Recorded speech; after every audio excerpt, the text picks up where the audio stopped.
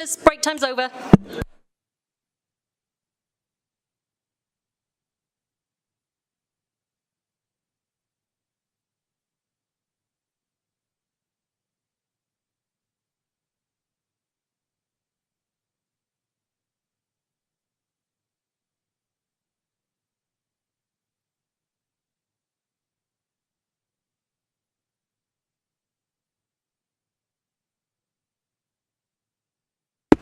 Right, Councillor Brocklesby. I won't take long, Council. Richard, you called it Groundhog Day. Well, it's deja vu all over again, I reckon. So let's get to the chase. By our deeds we will be known. And I think we all agree across Council that we move on and we deliver, and you hold us an account to that results. But what we want is genuine results for all our residents in Monmouthshire, not just some. So, Council, I commend you to this plan. Thank you. Thank you, Councillor Brocklesby.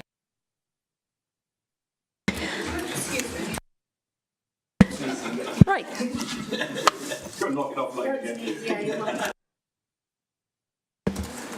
Right, councillors, I see nobody else who wants to contribute, so we will move to a vote.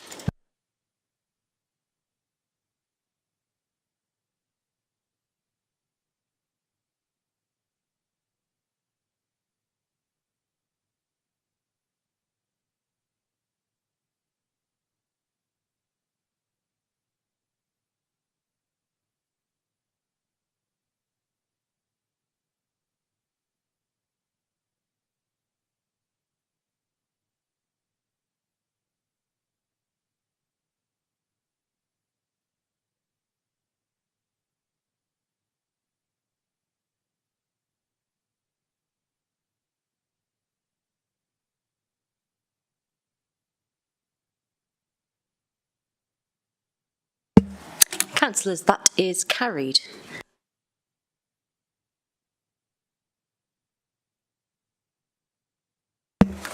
Right, moving to motions. Councillor John. Thank you. For a horrible moment there, I thought that was going to come back a fourth time. Today, I want to sort of send a clear message to Welsh Government from this council about the Welsh Government plans to withdraw bus funding from the 24th of July this year, which in the Deputy Minister Lee Waters' own words, will reduce bus services in Wales to a skeletal service. I want to start this debate by explaining how I think these cuts will impact on our residents, why they are completely contrary not only to our ambitions as councillors, but also the Welsh Government's own priorities, and also what actions I think we need to do, what we need to take as a result. The bus emergency scheme was introduced to protect bus services during the pandemic, when the Welsh Government restrictions and guidance, often much stricter than in England, strongly advised against travel by public transport. Now, while the pandemic is over, bus passenger numbers have not recovered to pre-pandemic levels. The scheme is estimated to be worth about £28 million per year and was originally included in the Welsh Government's budget documents for 23-24, but the Welsh Government's now proposing to withdraw the funding from July, so there was a 3-month extension. It had previously proposed to scrap it from the end of March. I think it's impossible to precisely quantify the impact that these cuts will have for our residents in terms of bus funding here in Monmouthshire, but we can say with a degree of certainty that it would be devastating. The Coach and Bus Operators Cymru, the trade body which represents small bus operators in Wales, has estimated that between 65 and 100% of services will be cut. It's obvious, therefore, that there would be a disproportionate impact on rural services due to the sparsity of population. Of course, bus services here never attract the passenger numbers that you would in an inner city like Cardiff, and are therefore more reliant on subsidies. Bus services in Monmouthshire are not profitable, but I don't believe they need to be. What matters to residents is that those services are there when they need them. The services that we do have are a lifeline for our residents, especially in rural villages, and are used particularly by many older people. Many of our bus services are a community in themselves. The experience of travelling by bus isn't just about getting from A to B. I've seen firsthand the social element of travelling by bus, and for some of our residents, the conversations they might have on that journey might be the only conversations they have that entire week. They play an important role in tackling loneliness and rural isolation. So I wonder, has anyone in Welsh Government actually quantified the impact that these cuts will have on older people, including in the social care sector, and the greater interventions that authorities may need to make to support people as a result of these proposals? If these services are cut, it's our residents who are going to suffer, and once these services are gone, they will never come back. Now, I've just come back 48 hours ago from a week's travelling in northern Italy, where I travelled entirely by public transport, bus and train. So I'm particularly aware right now of how backwards our public transport infrastructure in Wales is compared to other European countries. I think we do need to be investing much more in public transport links, and I think there have been many missed opportunities at a Welsh Government level to do so. We know that Welsh Government aren't particularly good at delivering big infrastructure projects. In fact, other than the dualling of the Heads of the Valleys road, I would struggle to think of major infrastructure projects that have been delivered in the past 25 years. And for £1.5 billion and still ongoing, when the project's completed and evaluated, I think we may well regret the amount of money that's been spent when there are other alternatives that could have been more transformational for the Welsh economy that could have been considered. The entire South Wales Metro, for instance, was priced at £734 million, although that price is now rising due to delays. We hear a lot of measures from the Labour Party about discouraging car use with higher parking charges, a congestion charge in Cardiff, but we're not seeing the positive proposals to encourage public transport use.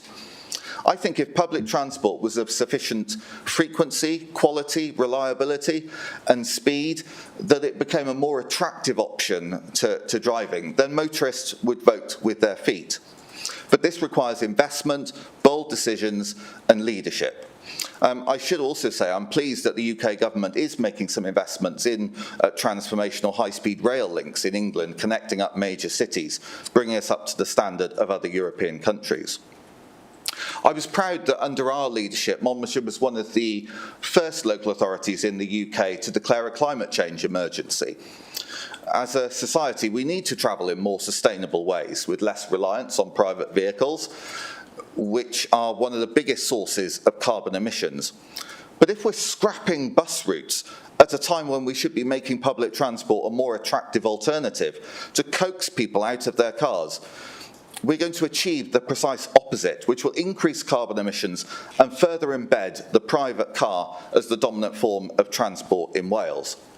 We're also undoing all the positive investments that have been made in electric buses and other cleaner forms of fuel. Welsh Government has said that reaching net zero by 2030 is its #1 priority, but cutting this source of funding will set those ambitions back. I'd like to know what analysis, if any, has been done by Welsh Government of the impact of these proposals against the objectives of the Future Generations Act and also the clean air goals that they're now considering under the new Environment Bill. There are steps that we can take to make these services more attractive and sustainable, and I feel I must pay tribute to the work of the Friends of the 65 bus in my own ward, volunteers who freely give up their time to support and promote the bus journey between Chepstow and Monmouth, which passes through some of the most beautiful countryside in South Wales. We have a new electric bus which now serves the route, and it accepts contactless card payments. Councillor McKenna and I have been working with residents to improve the state of bus shelters in our own ward and bring some old ones back into use.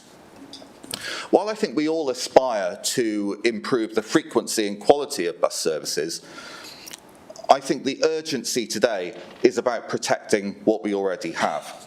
Two local authority leaders have already spoken out against these proposed cuts, but I think the local government family needs to speak more loudly and with greater clout. Andrew Morgan of Rhondda-Cynon-Taf has said that these cuts would be devastating and has hit out at the tone of Lee Waters in meetings with senior councillors. Instead of taking responsibility for these proposals, Lee Waters has blamed Plaid Cymru for not prioritising buses in the cooperation agreement with Labour. After 25 years of one-party government, I think Labour ministers need to be accountable for their own decisions. So later on in the discussion, I'd be keen to hear from either the leader or the cabinet member about discussions that they've been involved with with other colleagues, with colleagues from other local authorities at WLGA meetings. I would also appreciate an update about whether Mark Drakeford has accepted the invitation of local authority leaders to meet to discuss this urgent issue. I hope today that councillors of all parties will be able to support this motion so we can send a clear message to Welsh Government that we object to these proposals in the strongest possible terms, and we urge ministers to think again. Our buses are an integral part of the fabric between our communities and our residents. I think we all regret the beaching cuts to rail services in the 1960s, which dismantled most of the rail infrastructure in Monmouthshire. I think the warnings are that these cuts from Welsh Government to bus services could be on the same or even greater scale. So I hope that members will be able to support this motion and send a very clear message to Welsh Government today. Thank you very much. Thank you, Councillor John. Do I have a seconder for this motion? I'd like to second this motion. Thank you, Councillor Buckler. Councillor Maybe. Thank you. Thanks, Councillor John, for this motion, with which I have no disagreement in principle, as you can imagine. It is a little bit late, in all honesty, as I and my colleagues have been lobbying intensively about the need for further support, particularly for rural bus services, ever since we first came into these roles in the administration. We have done this through several channels. We've done this through the CCR, RTA, through the Burns Delivery Unit, and in direct discussions with the Minister and with Transport for Wales. I've become a bit of a broken record about it in those discussions, and I think we were probably the first to raise our voices in the RTA and say, my God, there's a problem coming down the road. We actually support the future plans for Llwybr Newydd, which we think is a very positive vision, and the movement to bus franchising for the future, but we're very concerned about the transitional period, and I think you're right to be worried about it. We're working very hard on this. I think we've made it very clear that we're in Monmouthshire are particularly concerned about it. We're off on the edge in terms of the developments of the metro, but other members of the CCR and other local authority leaders and Transport Cabinet members have lent their voices to this now and have joined in and made a very strong point, as you've said. I think it's fairly clear that this is not a Welsh-only problem. It's very clear to me, and it has been for some time, that the bus system across the UK, just like the rail system, is broken. And it's got a lot to do, I'm afraid, with the privatisation that is the pride and joy of the Conservatives. But I'm glad to hear that you now recognise that this is not working. We know that these systems are broken. We know that the public transport in the UK is woefully under-resourced, and it's something that we should be very ashamed of, and we will not achieve our carbon emission targets if we don't do something about it. So I am with you on this, and I think we've got to keep fighting for this change. I think the transitional period is the tricky one. I think the ultimate aims are good. I think it's fair to say that Welsh Government are recognising this. They're recognising that while the future vision is a popular one, the steps towards that are not easy. They are also constrained financially, and the bus emergency funding is a very difficult one to sustain. However, we recognise that we can't work in isolation to resolve any of the systemic issues around bus funding, and that the fall in farebox income following the pandemic is affecting everybody. So we're really keen to explore all the opportunities to safeguard our current bus provision for our rural communities, and we are, as you say, they are dependent on accessible bus services.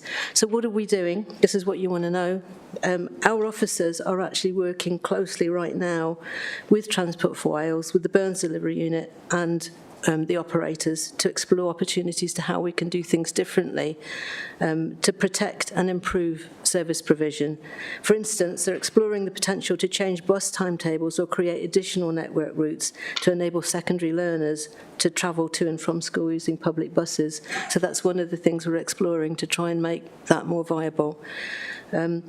If successful, this would increase farebox income for operators, increase the availability of bus services for the wider community, and reduce carbon emissions by reducing the number of contracted home-to-school vehicles, which is also a huge cost for the council. It's £6 million a year. So we're working with the Burns Delivery Unit, looking at the existing and potential future public bus operating model, so that it aligns, so what we're doing aligns with our government proposed franchise model. And Clwb now is priority to create an accessible, integrated public transport network that's available where and when the community requires it. So by working closely together in that way, we're trying to make sure that we don't come up with transitional arrangements which then have to be shifted again. We're trying to work towards the same ultimate goal. I hope that gives you some reassurance. Both of the projects that I've described are really in the early stages of development, and our officers are working really hard to try and achieve this kind of reassurance before the end of the BES funding, which comes at the end of July. I'm wondering if there's anything else I can say. There was one other thing. The Minister wrote to local authority leaders at the end of March to confirm that we have to transition away from the emergency style funding, and that the way forward would be to jointly plan bus networks to reflect reduced patronage and changes to travel patterns post-pandemic. And they've agreed, Welsh Government to this end, have agreed to establish regional network planning teams involving local authority officers, Transport for Wales and operators to help manage the transition and to work jointly on the issues that arise from the change in the funding regime. So there has been this bit of toing and froing between the Minister, between local authority leaders, and the discussion is ongoing. Okay, thank you. So I just wanted to say the important thing is I support the motion. Thank you. Thank you, Councillor Maybe. Councillor Taylor. Thank you, Chair. It's really good to see that there's cross-group support for this motion, and I'd like to offer our support and thank Councillor John for bringing this forward. I think we speak about the bus network, such as it is, I must say, because it isn't terribly developed currently and doesn't offer really what we all know, we've all been talking about for a very long time, is required for public transport to be a mode of choice, and that is, accessibility, affordability and regularity.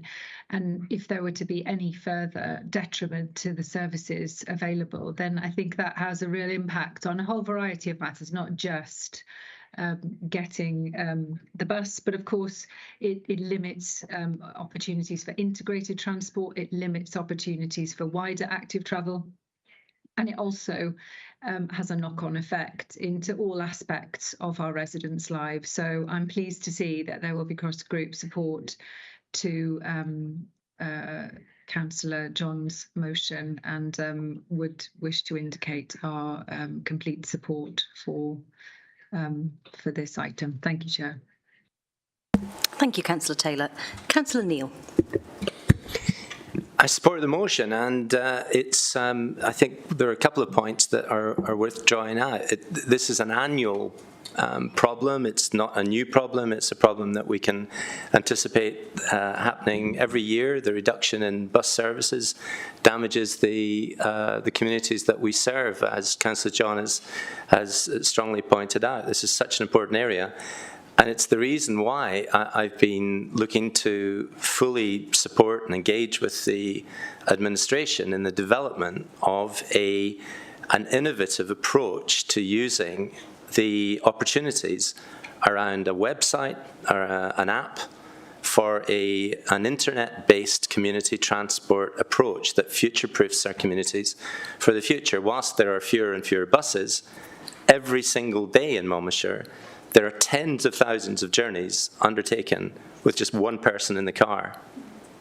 And it's that opportunity that would be genuinely ambitious and innovative for us to just clear the decks of the way that we approach these things just now and say, okay, what have we got to do?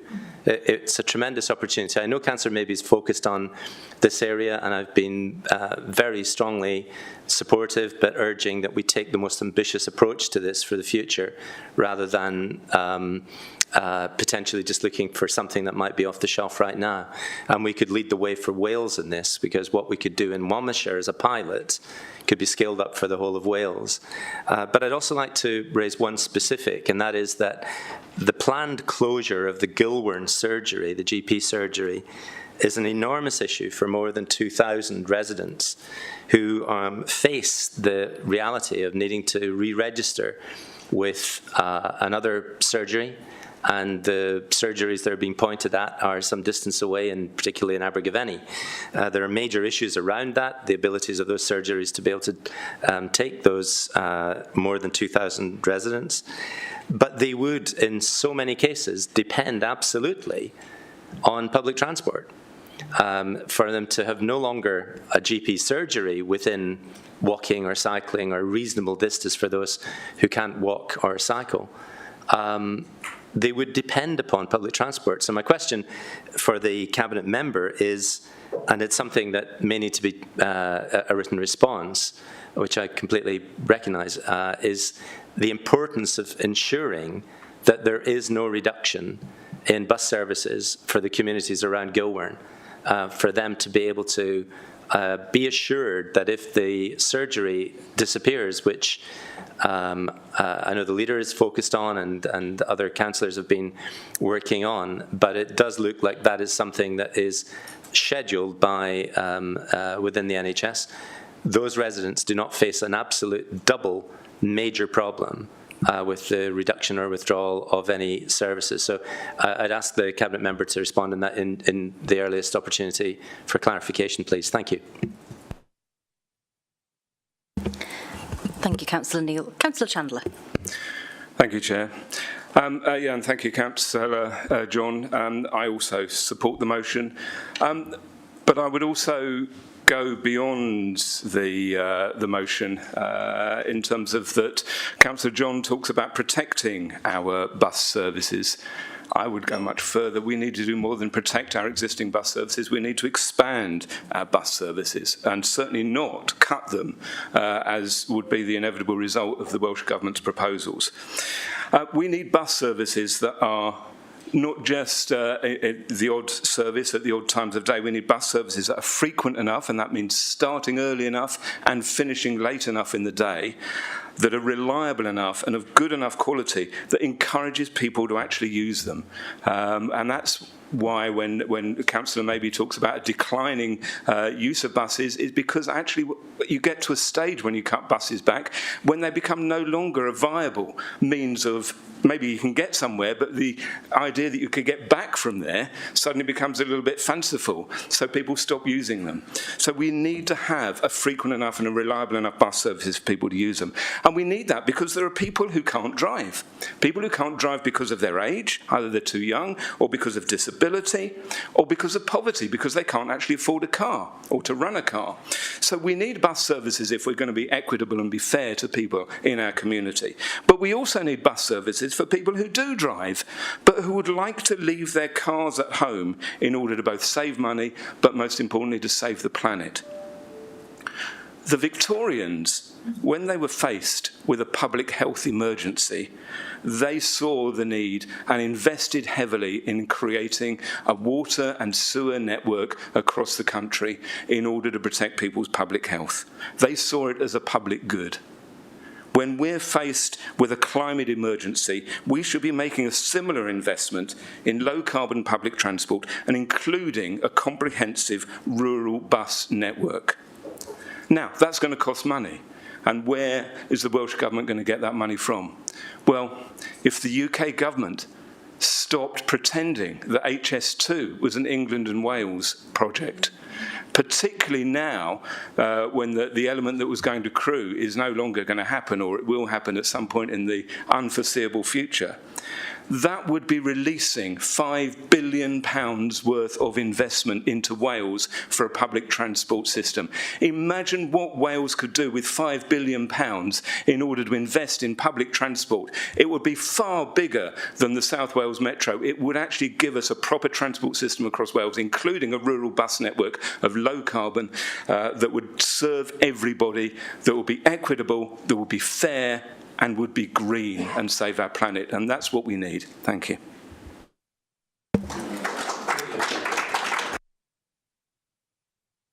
Thank you, Councillor Chandler. Councillor Butler.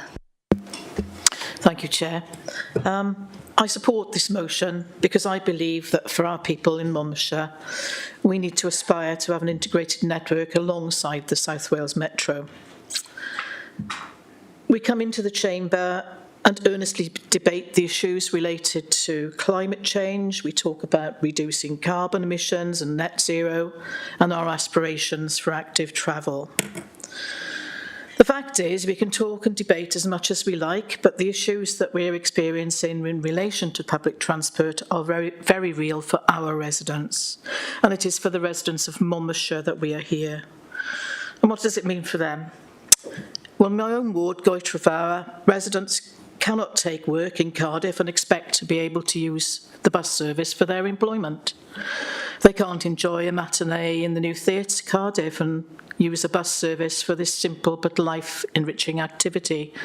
And why? Despite the emergency funding post-COVID, the last bus home leaves Cardiff at 4:10, not 6:10 as it used to.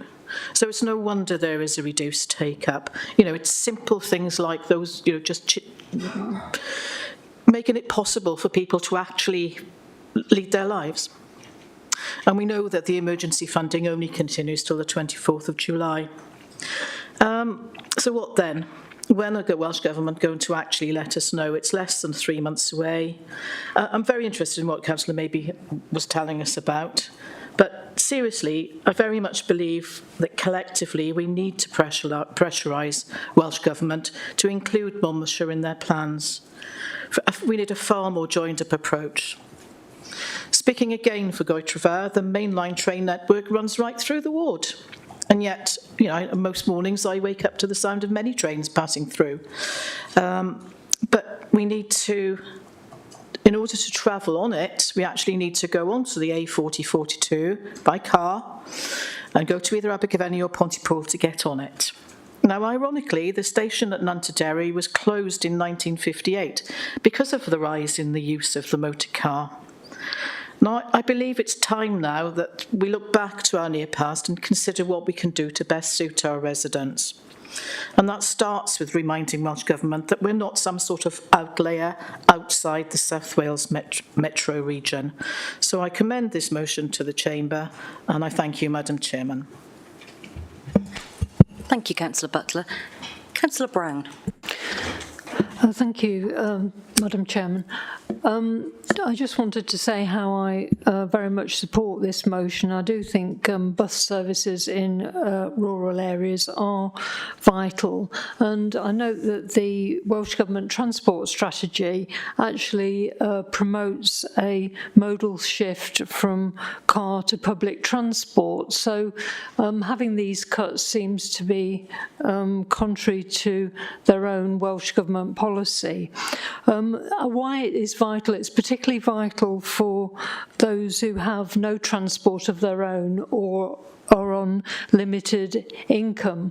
And, you know, I fought hard with the help of the transport manager to have a Saturday-only service bus restored from Mathern Village to Chepstow Town Centre, and then one return back. And what it was the Newport to Chepstow bus just diverted and went through that village once. Now, if you've got no transport, transport and you're a pensioner on a limited income, that is your one trip out to the shops. And there is quite a walk between the village and the A48. So that service is actually vital for those residents who were highly delighted when this service was restored to its pre-COVID levels.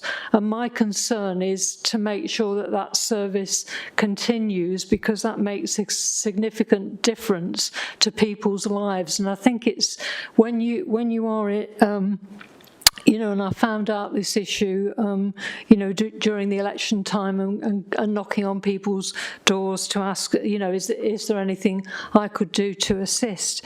And when you hear of these stories and how they, they're not stories, they're a reality, and how they make a significant difference to people's lives, then I think it's important that this emergency funding is continued. I don't know whether or not this will affect that particular bus service, but it is vital for rural communities, particularly people with no transport and limited income, for these services to continue. And this is how it practically affects the rural lives of our residents, and I think we should be fighting hard and strong. I appreciate what's been said about the regional side of it, but the practical issue is we want these current services to continue and not be cut, and to look at perhaps alternatives that provide a better service than we're already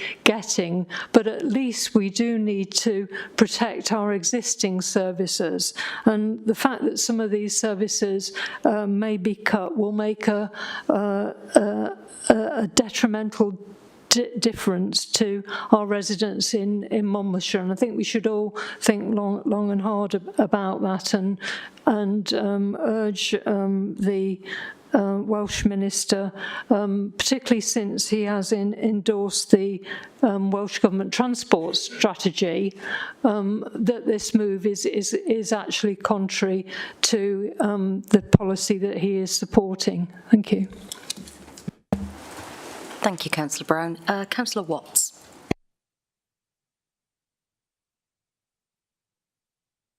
Thank you, Chair. Sorry, I didn't have my microphone on there. No, I think Richard John's analogy, or certainly his reference to Italy and the infrastructure there, is a very good one. I mean, if you've had the opportunity to travel there, he's absolutely spot on. I think pre-pandemic, post-pandemic as well, I think that Italy, Welsh Government will be, actually, it would be a good idea if they only simply looked at their model of transportation. Now, the Italians love their cars, probably more than we do, and yet the rail infrastructure and their bus infrastructure is far superior to us. So putting aside all the historic kind of cliches about, Mussolini making the trains run on time, last year alone, despite the liberalisation of the market, the Italian government made a profit of £193 million profit. So I do believe in public transport, and it's not just about, well, we're going to subsidise it. You can't make money out of it. I think you just have to change the culture and mentality. We used to be a nation of train travellers, and that's just diminished. We've just forgotten about it. But I mean, I take all the points, and I'm happy to support the motion. Thank you, Chair. Thank you, Councillor. Councillor Birch. Thank you, Chair. I'm delighted that we have seeming unanimity on this, and that we all share that vision of a county where you can travel from home to where you need to go by walking, cycling, public transport, and, as Councillor Neil points out, community transport. The question is how we get there. I'm delighted that on the edge of my ward and serving my ward, we have new bus stops, and I hope that we will have more and more frequent buses to serve them. I do think that it is important that we make the whole of that journey pleasant and as convenient as possible in order to persuade people to use them. I really hope that from today that the press are picking up the unanimity in the chamber on this issue, the strength of feeling on this issue, and that the message goes out loud and clear to our residents in Monmouthshire that with regard to bus services, it is use it or lose it. Thank you, Councillor Birch. Councillor Fuchs. Thank you, Chair. Yeah, in Monmouth, unfortunately, we have no train station either. That was closed under a Tory government in 1959. So we've got no train station. So we rely on buses even more in Monmouth. So I would really like to support this motion and to ensure that we do all intensively lobby Welsh Government to enable this decision to be turned around and for us to get the funding that our buses need. Thank you. Thank you, Councillor Fuchs. Councillor Bryn. Thank you, Chair. Incorporating sustainable and active travel, weaving it through every aspect of our administration, will help address transport poverty, increase opportunities to improve health outcomes, and reduce levels of social isolation and loneliness. Improved sustainable transport goes some way to address every single one of the corporate plan's objectives, providing us with a fairer, greener, thriving, safer, and more connected place. As such, I think we should do all we can to not only safeguard but improve our local bus services, and so I give this motion my full support. Thank you. Thank you, Councillor Bryn. Councillor Strong, Pete Strong. Thank you. Also supporting the motion. Forgive me though if I inject a slightly partisan note into it, but I do remember many years ago Margaret Thatcher being reported as saying something along the lines of, if you're on a bus at the age of 30, you should regard yourself as a failure. And I'm very pleased that wiser councils now prevail all round. Along with, the point I really want to make now is, along with Councillor Bond here, we help out with our local food bank. And I've heard people say, why do they need to go to a food bank? They've got a car.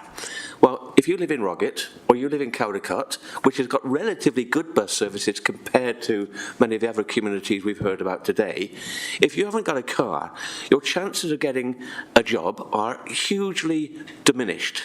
And therefore your chances of getting out of poverty are hugely diminished. So I think the whole issue of buses should be regarded as part of our priority to combat poverty in the county. It should be part of that plan. Thank you.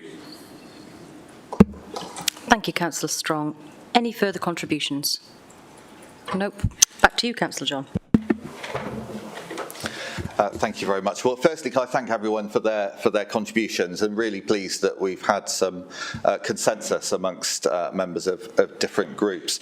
I thank Councillor Maybe for her contribution on behalf of the administration and support for the motion, and I was pleased to hear about the discussion she's been having with colleagues in other local authorities to ensure that we are speaking with one voice as much as possible. I'd like to welcome contributions from the independent group. Councillor Taylor talked about the wider implications of bus services being cut. Councillor Chandler, I think he's absolutely right that we need to expand the bus network, and I agree with what he was saying about that people make a choice, that if it was a service of sufficient frequency, quality, reliability, speed, then people would vote with their feet. So I absolutely agree with what you're saying. I thank Councillor Bryn as well for your contribution. I won't comment on the contributions from several members who never miss an opportunity to have a go at the Tories, even if it's for things that may or may not have happened in the 1950s or under Margaret Thatcher. But I thank Councillor Neil for his contribution and highlighting exactly the sort of innovation and new ideas that was so lacking in the corporate plan. But you know, we're not churlish. We're very happy to work with the administration on ideas like that. Grateful also for the contribution of Councillor Butler, who is absolutely right that we need a more integrated network, and I appreciate that terrible irony that you have a mainline rail service going right through your ward, but no one can actually get on the train. And residents feel that same frustration that residents must be feeling, that I know residents are feeling in Undy and Mega, where they have a mainline service but no station to actually get on. And that's something that I know all of us want to put right. Grateful as well for the contribution of Councillor Brown pointing out the contradictions in Welsh Government policy, and I also applaud the work that she's been doing in her own ward to restore bus services for some of her residents, and I know that they'll be very grateful for the work she's done and the example she's made of services that could be put at risk by these changes.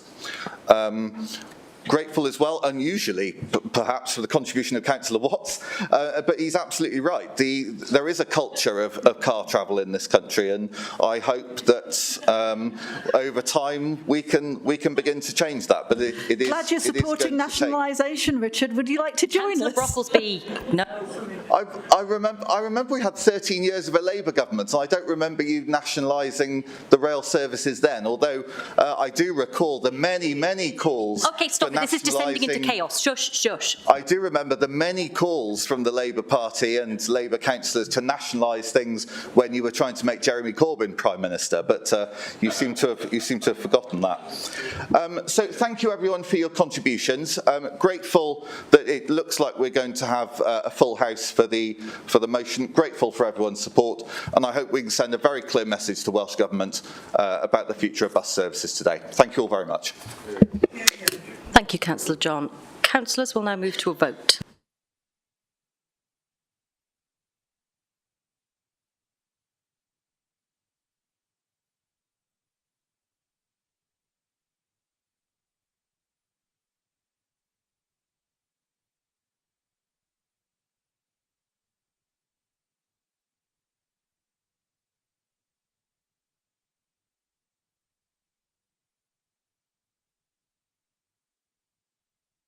Councillors, that's carried. I know we had a bit of a disruption earlier, but we are going to take a short break now, 10 minutes, because some people are getting a bit hot and overexcited, I think. So we'll come back shortly.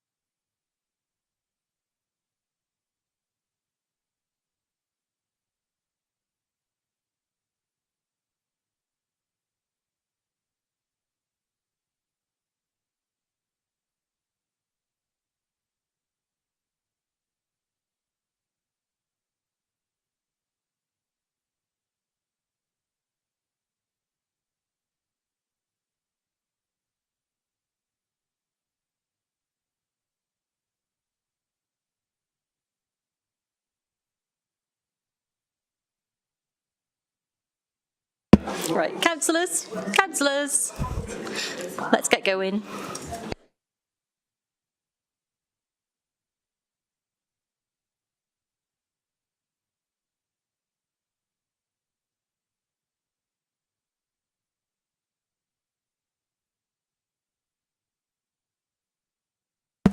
Right, councillors, we're going to move on to our next motion.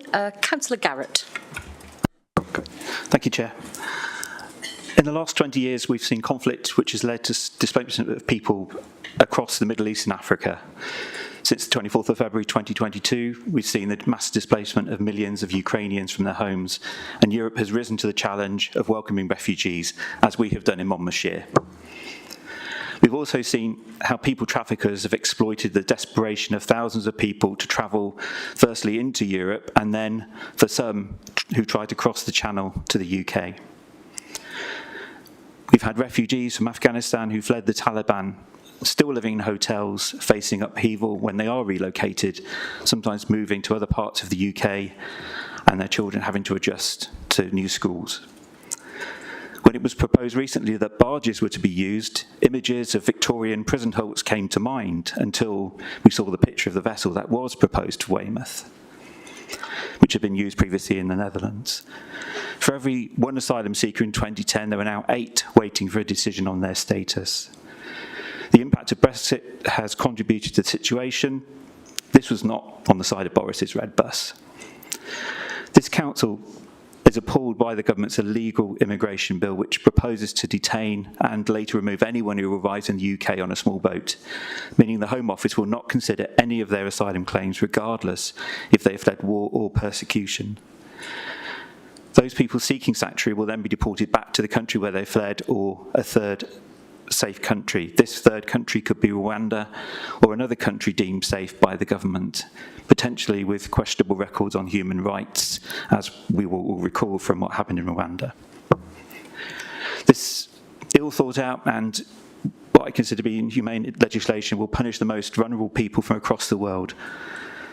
Questions have been raised around the legality of the bill, and the government itself cannot even say that it would meet the European Convention on Human Rights, and it wouldn't be consistent with the 1951 Refugees Convention.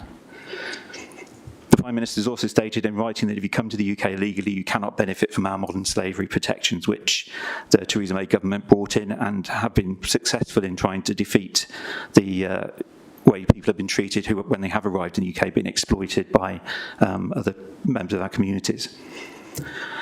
When the Home Secretary cannot explain how people can safely and legally join their family in the UK, it is clear that we have a broken immigration system in the UK.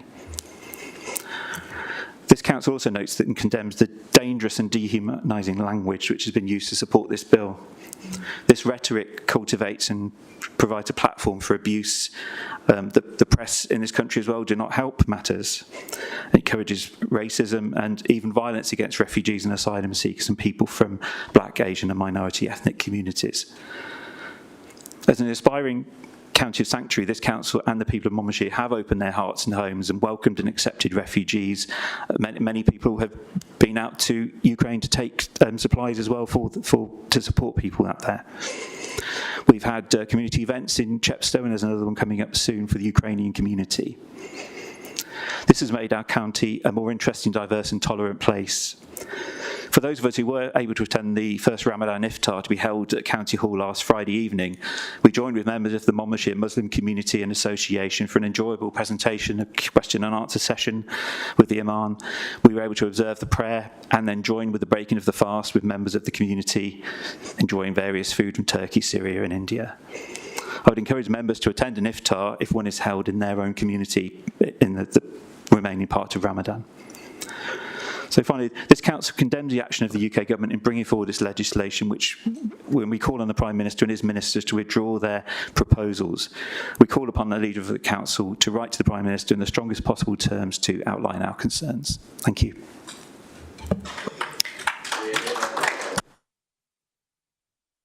Thank you, Councillor Garrett. Do I have a seconder? Councillor McConnell. Right, Councillor Edwards. Thank you, Chair. Now, where do I start with this? I mean, I've been a councillor now for 2 years, and on seeing the content and wording of this actual motion, it made me think of all those motions that have been brought forward in the Chamber over the last 2 years, that relatively short time.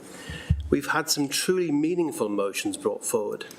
I think I counted over 30 in total, ones that have made an impact on what we discuss, what we focus on, and above all, what concerns our residents locally, such as how can we aim to be a more representative council? Resurfacing roads, education provision, commending the contribution to community life by our young care leavers, provision of a railway station in Mega, upgrading bus stations, condemning the plans of Welsh ambulance services to remove rapid response vehicles from Monmouth and Chepstow, reviewing the local government funding formula, the declining state of Wye and Usk Rivers, threat to the continued operation of post offices, and my particular favourite, and I'm sure Councillor Griffiths will be giving me some really good news later on, the improvement of the High Beach roundabout in Chepstow. So what's the common theme among all these? Well, all locally meaningful motions on issues that affect our daily lives that we can do something about. So on the whole, these have been worthy motions, well debated, with healthy contributions from all sides, and have dealt with local issues that we can hopefully do something about and make a difference as a whole council. And this is the trouble I have with this particular motion. We're here to represent local people on local matters, and I think sometimes councillors forget that, and they bring their own gripes, their own personal agenda to this council, and forget why we are truly here. So I hope that Councillor Garrett simply takes this as constructive criticism of how this motion comes across. I mean, your views just now were quite different to what actually you put in the original motion, but a lot of the your sentiment was still there. And I hope that you progress forward to represent your residents rather than the political interests of your party in future. So going back to this motion, personally, I think it's badly written, disjointed, factually incorrect, and using language that is unbecoming and unsuitable for someone who is meant to be here to represent the interests of their residents on local matters. Matters that they can influence and shape within Monmouthshire and on this council. Now, going to the bill you actually mentions, and the importance of the bill mentioned, is to ensure that when it comes to immigration, safe and legal routes to the UK is the only way forward. The UK, as we all know, has a proud history of supporting those in need of protection, and in recent years we have welcomed, as you mentioned, through safe and legal routes, including people from Syria, Hong Kong, Afghanistan and the Ukraine. What you've also conveniently failed to mention in the motion is when it comes to this bill, those who enter the country illegally will only be removed back to their home country if that home country is safe. I'll repeat that again. If that home country is safe. The crux of the matter is that this will help break the business model of people smuggling networks and ultimately save lives. Now, your remarks regarding modern slavery, I think, are provocative. The bill ensures that individuals who arrive in the UK illegally will no longer have the potential to misuse... Point of order, Chair. It's not illegal to arrive in this country on a small boat. There's no legal route either. It's not legal. It's not legal to arrive in any country by an irregular means. So can you check the language? Permission to finish? Is that okay? Thank you. Your modern slavery remarks are provocative. The bill ensures that individuals who arrive in the UK illegally will no longer have the potential to misuse modern slavery protections to thwart their removal from the UK. The measures are not actually a blanket approach. If they need to stay in the UK to help support an investigation into and the prosecution of their people traffickers, they will be exempt. This will mean that trafficking victims are given modern slavery support and traffickers can be brought to justice, while preventing people from abusing our modern slavery laws. And as for your statements on the legality of the bill under the European Convention on Human Rights, these are hypothetical at best, and you will always find opposing legal opinion, especially when there's money to be made and legal argument for lawyers to gladly immerse themselves into. Apologies for those of you who are lawyers. So for me, this is the reason why I can't support this motion on these grounds. But I would like to end on a positive, if that's okay. Just about the only meaningful paragraph in the motion is the one about Monmouthshire being an aspiring county of sanctuary. And that is something we all welcome. And I personally give thanks to the previous Conservative administration and the hard work of officers of this council, which has been welcomed by the new Labour administration, and long may that continue. Thank you, Chair. Thank you, Councillor Edwards. Councillor Chandler.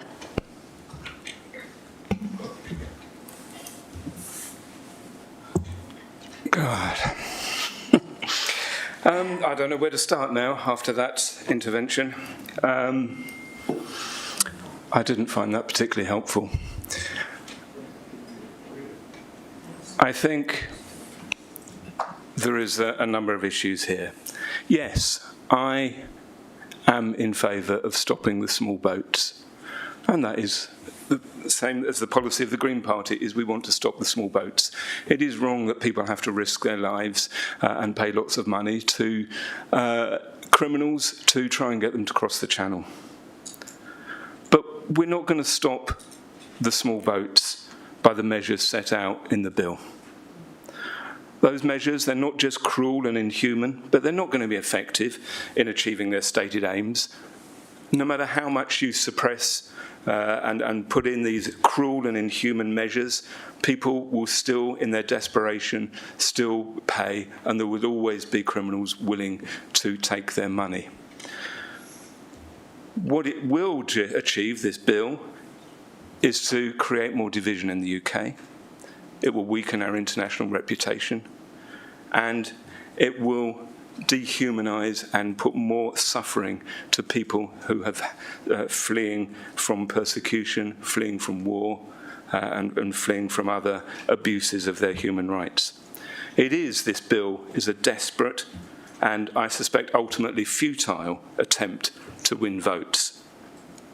If we want to stop the boats, and we do, then the thing to do is to create effective and proper, safe legal routes through which refugees can make their claims for asylum before they risk their lives yet again on their long and perilous journey to seek sanctuary.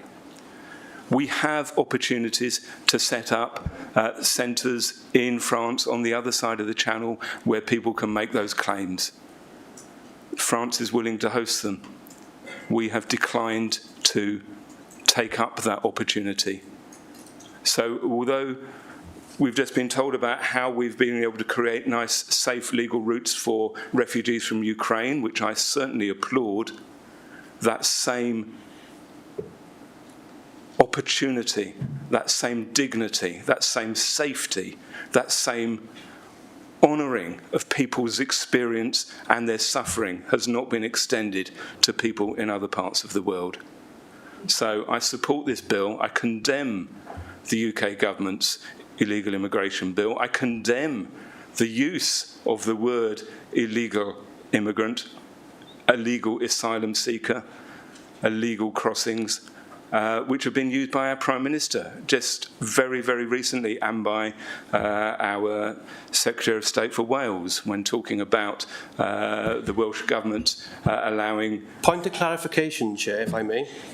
No. Could you clarify that, are we local councillors? Sorry, there's no thing of a point of a clarification unless it's about what you've said, not about what I've said. Right, Councillor Edwards, I want Councillor Chandler to finish and then we'll come back. Can you clarify, am I a local councillor? Can you wait until he's finished, please? So, condemning of the language of calling people illegal when there is no such thing as an illegal asylum seeker. You claim asylum, you are legally entitled to do that under international law, and it is only when your claim is adjudicated is your status clear. But the point of our MP, the point of our Prime Minister, calling asylum seekers illegal is divisive, it stokes hatred, and I have to agree with the sentiments that were put forward by our host for Match of the Day in terms of the language used is reminiscent of language that has been used in times that we do not want to repeat. So thank you.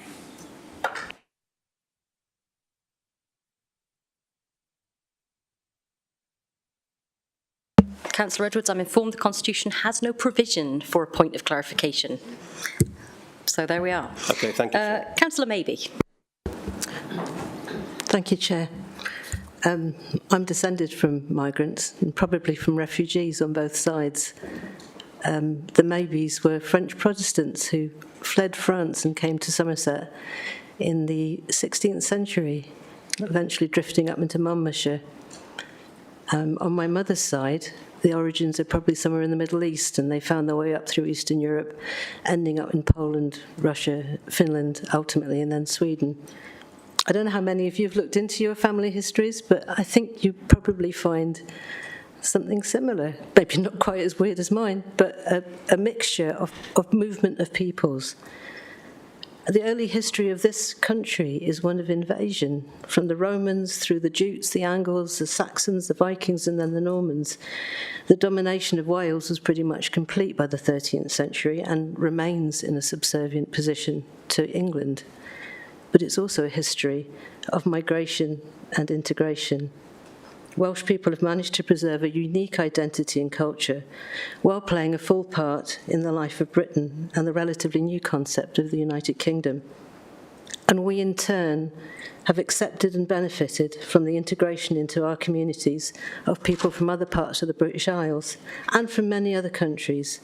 In particular, the countries that were once part of the British Empire, the ones on the back of which we became the relatively wealthy country that we are today. Don't forget that. As David Lammy and others have said, we are here because you were there. I would add to that, because you are there in some cases. This applies as much to Afghanistan as it does to Pakistan, India, and Jamaica. So I'm proud to be a Welsh woman of mixed heritage. Both my parents spoke several languages, and Welsh was one of them.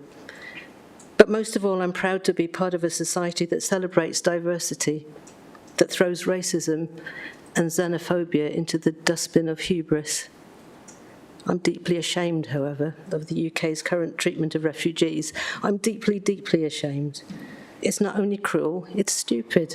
It's damaging to us, as well as unspeakably cruel to those who've made the terrifying and dangerous journey to these shores with hope in their hearts that they will find safety here and somewhere that they can rebuild their lives. As Jack Merritt said, it's not the refugee outflows that cause terrorism. It's terrorism, tyranny, and war that create refugees. Don't forget that either.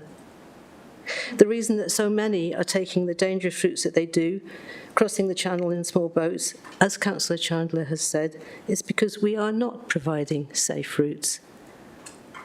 When the Home Secretary was grilled about this and asked to provide examples, she was unable to come up with any. This has happened repeatedly. We are also not assessing asylum applications in France or elsewhere. We're making it impossible to get here safely. And this is even from the countries on the back of which we became rich in the past. At the same time, we refuse refugees and other immigrants who don't yet have approved status the ability to work. We make these traumatized individuals wait, doing nothing, feeling useless, while our pathetically slow assessment system plods along. And then we resent them for not contributing.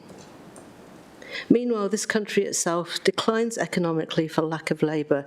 I refuse to use the terms skilled and unskilled, particularly in the way that I hear them used by the current UK government. We are declining for lack of labour in all sectors, including care work, nursing, doctors, hospitality, farming, veterinary surgery, you name it. And studies have shown that immigration has negligible impact on unemployment and that the impact on GDP is generally positive. This new immigration bill takes this desperate cruelty a step further.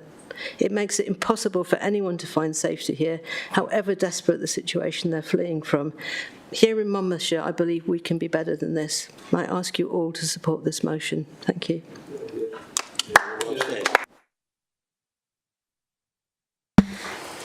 Thank you, Councillor Maybe. Councillor Sandals. Thank you, Chair. I went to Calais last year with my teaching union with a bunch of other teachers who took off their February half term, and we travelled over. We hired a minibus, we fundraised, we took clothing that the people of Monmouthshire and the Vale of Glamorgan and Cardiff donated to us. We took over food, we took over spices, and we stayed in a little travel lodge, and we travelled to the camp every day. The people that I met there were the most resilient, incredibly talented, from all backgrounds and walks of life, as Councillor Maybe has just stated, and they were so grateful to see us. They made the most simplest of food, but the most beautiful and tasty food. We turned up every day with a van and provided all these things. They queued up all day for clothing. It was February in Calais. You can imagine the temperature, the climate. It was wet, it was soggy, Everybody was they were walking around in flip-flops. But anyway, while we were there, the joys that they took from our visit was a battered old football, where they played football. Some of them were barbers and hairdressers, and they were, we set up a power station where they would cut each other's hair. Just simple pleasures. Played cards. My point is that we interviewed them with an interpreter, and we said, listen, there's this new bill about to be passed in the UK, and it's going to send you back. Is this going to stop you from trying to get to the UK? Because that's everybody. They wanted to come to the UK because they knew that we were a kind people, a generous people, and they would hopefully be looked after. Everybody stated it would not stop them. They needed to get over here because the alternative was so much worse. To go back to where, from whence they came, basically, to the persecution that they endured. They needed to come to us because they knew that we were a good people. So I think I just wanted to say to Councillor Chandler, I agree with everything that he said there. The people will not be dissuaded with this bill because the alternative is so much worse. Thank you, Chair. Thank you, Councillor Sandals. Councillor Pavia. Thank you, Madam Chair. And while this is an important matter, I will say I agree with Councillor Edwards that this is an area the Council has no competence over and has very little latitude to employ influence. Given the commitments and objectives that the administration has set out in its corporate plan, which is finally passed, and you heard the leader set out all those objectives and aims and goals that the administration looks to achieve over the next 5 years, which will need a considerable amount of effort and focus, I might add. I would have thought the member would have started addressing some of the issues affecting his residents, where this council has the ability to affect change and make tangible impact. However, the member wants to examine this issue, and I would say the tone of the debate is important, and that's why I am disappointed in the language and the tone of the motion, which is overly partisan, emotive, and deliberately negative. And as a civil servant, I would have expected for him to have known better. I'm sure that the whole chamber would agree that the UK should continue to play its part on the international stage and look to provide a safe haven for those people genuinely seeking asylum due to factors in their homeland like war, political or religious persecution, or the infringement of human rights and liberties. In recent years, as Councillor Edwards has said, the UK government's legal country-specific routes, this country has provided refuge for over 160,000 Ukrainians fleeing Putin's horrific war, over 11,000 Syrians fleeing the despicable Assad regime, nearly 25,000 Afghans escaping the Taliban, and over 150,000 people leaving the autocracy in Hong Kong. Another 50,000 people have come to the UK via routes open to people from another country, including the UK resettlement scheme, which includes community sponsorship, the mandate resettlement scheme, and crucially, the family reunion route for those with a qualifying family member in the UK. But there is more to be done on strengthening and extending safe and legal routes to the UK, and I'll touch on that in a moment. Again, I'm sure this whole chamber would be in agreement that what many commentators are now calling the small boats crisis is not a sensible way for genuine asylum seekers to find their way into this country. Nearly 5,100 people have landed on UK shores in over 125 small boats, often inflatable dinghies in very, very poor condition since the start of this year. Nearly 46,000 people landed last year on over 1,000 boats, and since 2018, over 90,000 people have landed on UK shores. It's immensely dangerous. It's immensely costly, and the National Crime Agency state that those willing to make the trip across the Channel are being charged £13,500 each to make the attempt.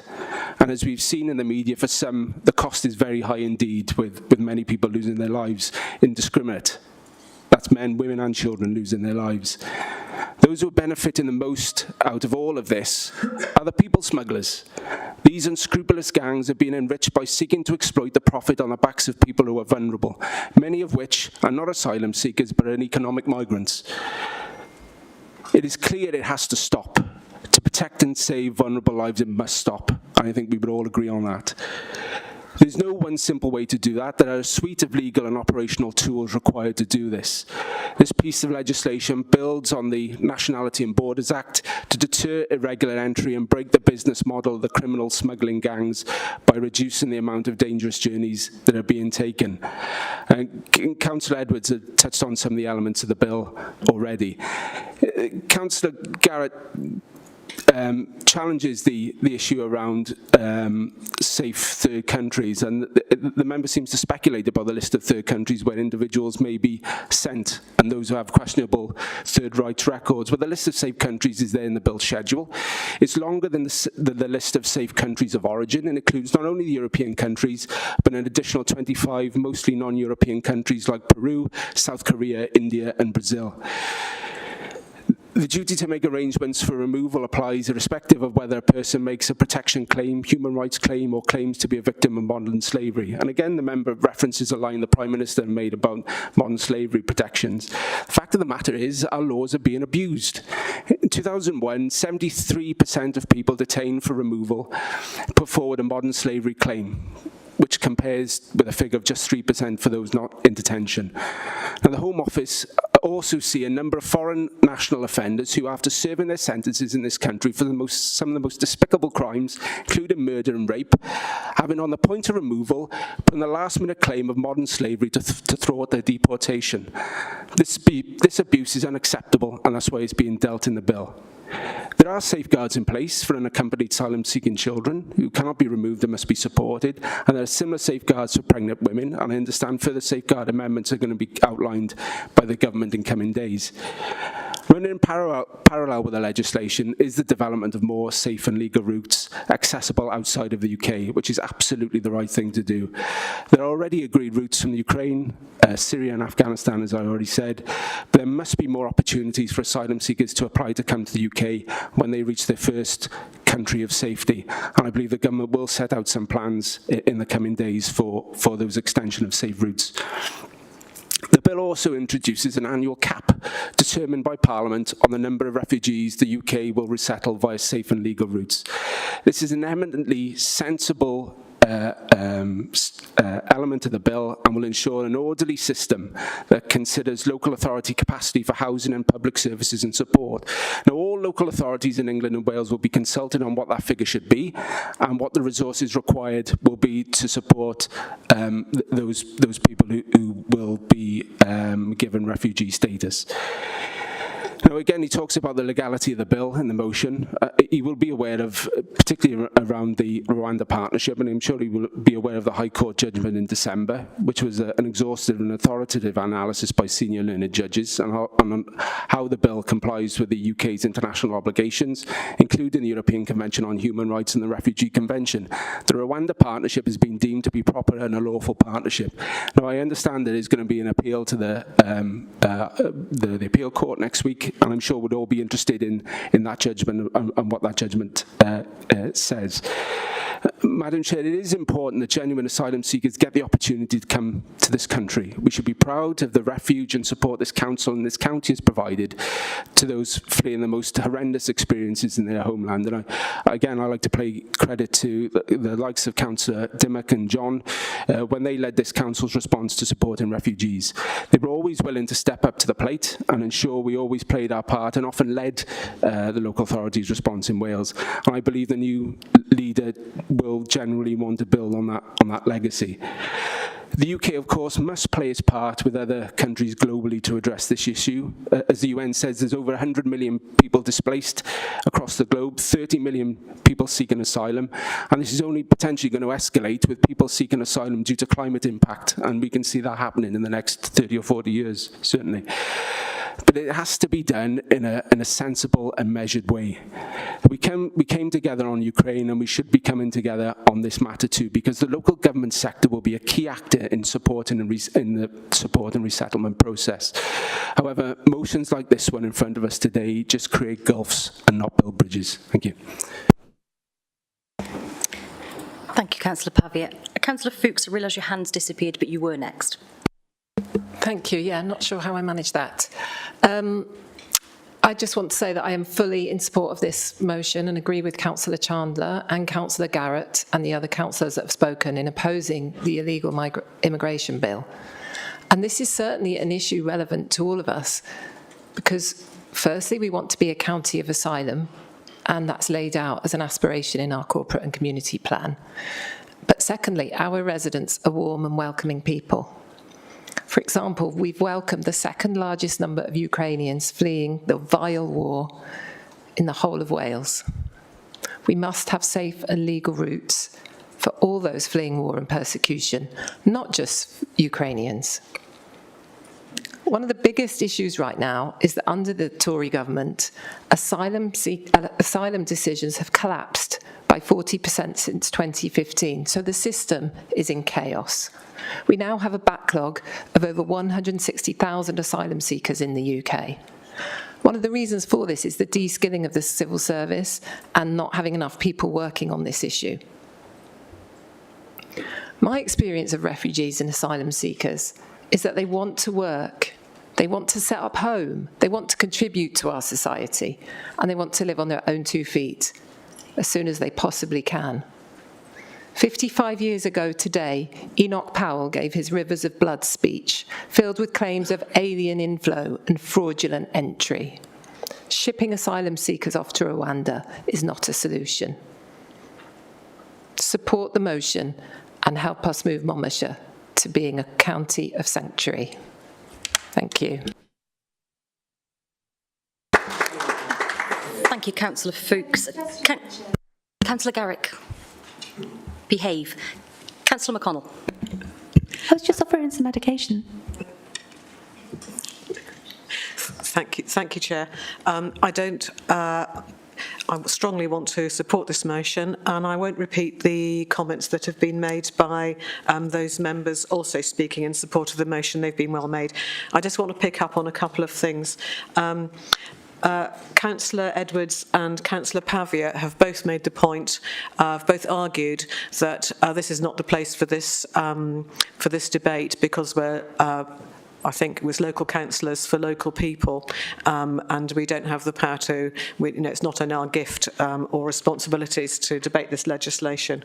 Councillor Edwards talked about how we should be talking about what concerns our local residents. In the same breath, both have expressed their pride at the hospitality and welcome that has been extended to people in this county of refuge. They are our local residents, and I absolutely want to know that we are disassociating ourselves from the sort of language that is being used to describe them.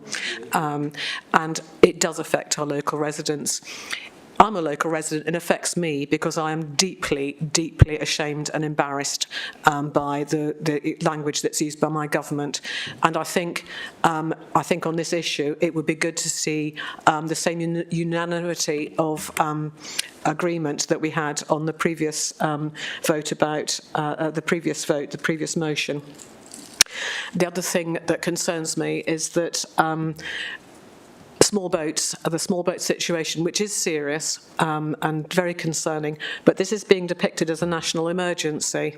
I would harking back to the previous motion, like to suggest that the climate is a national emergency, and I'd like to see some legislation that promised trillions of pounds to install a brand new bus and rail service around this country and solve that national emergency, and I'll worry about immigration and asylum seekers well down the list after that. It's a question of context. But as I say, as a local issue, I think we have to pay heed to the experience of people already in this county and disassociate ourselves from this cruel legislation and the language that couches it. Thank you. Thank you, Councillor McConnell. Peter Strong, Councillor Peter Strong. Thank you. I could say a great deal, but I'll confine myself to the part of a motion that refers to the demonising and dangerous language that's been used on this issue, and in particular to the language used by the Home Secretary. Councillor Pavia and Councillor Edwards both referred to, I think in Councillor Edwards' words, the unbecoming language in the motion. Well, perhaps they should look at the Home Secretary's language. And this does matter. Language matters. If you use dangerous language, it makes life less safe for our Monmouthshire asylum seekers, our refugees, our residents of colour. So it does matter. Now, last Thursday, on Radio 4 Women's Hour, a programme I recommend for all men to listen to, particularly. They interviewed Baroness Saida Warsi, a Conservative peer.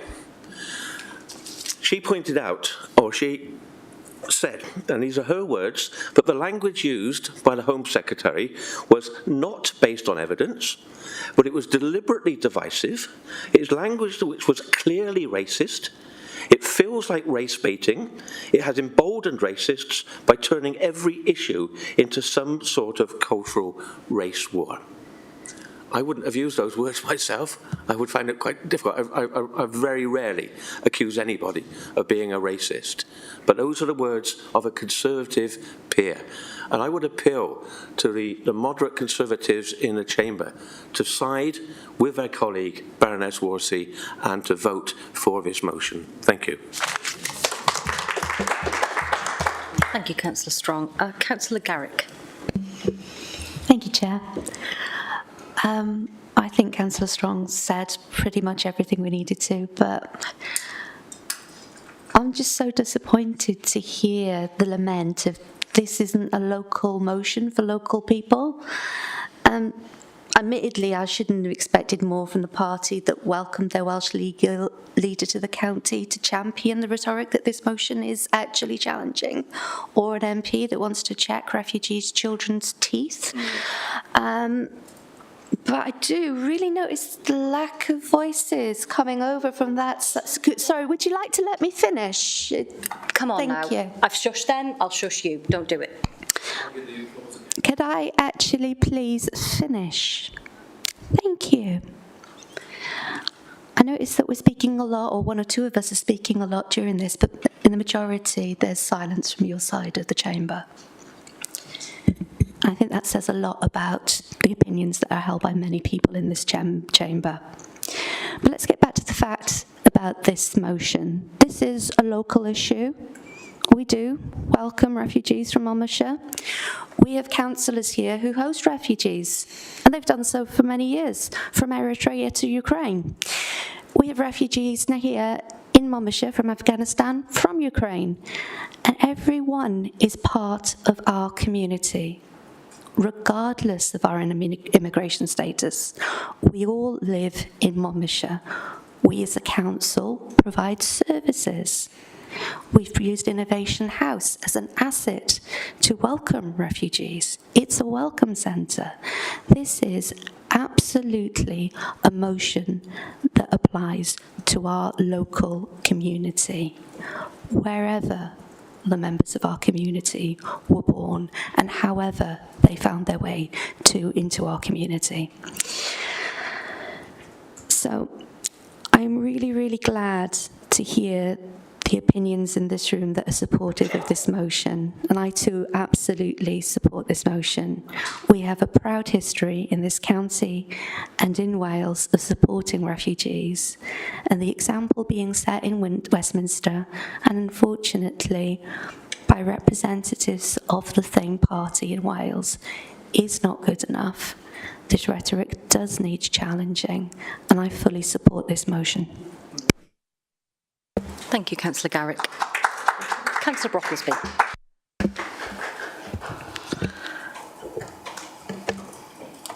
This illegal migration bill absolutely distresses me.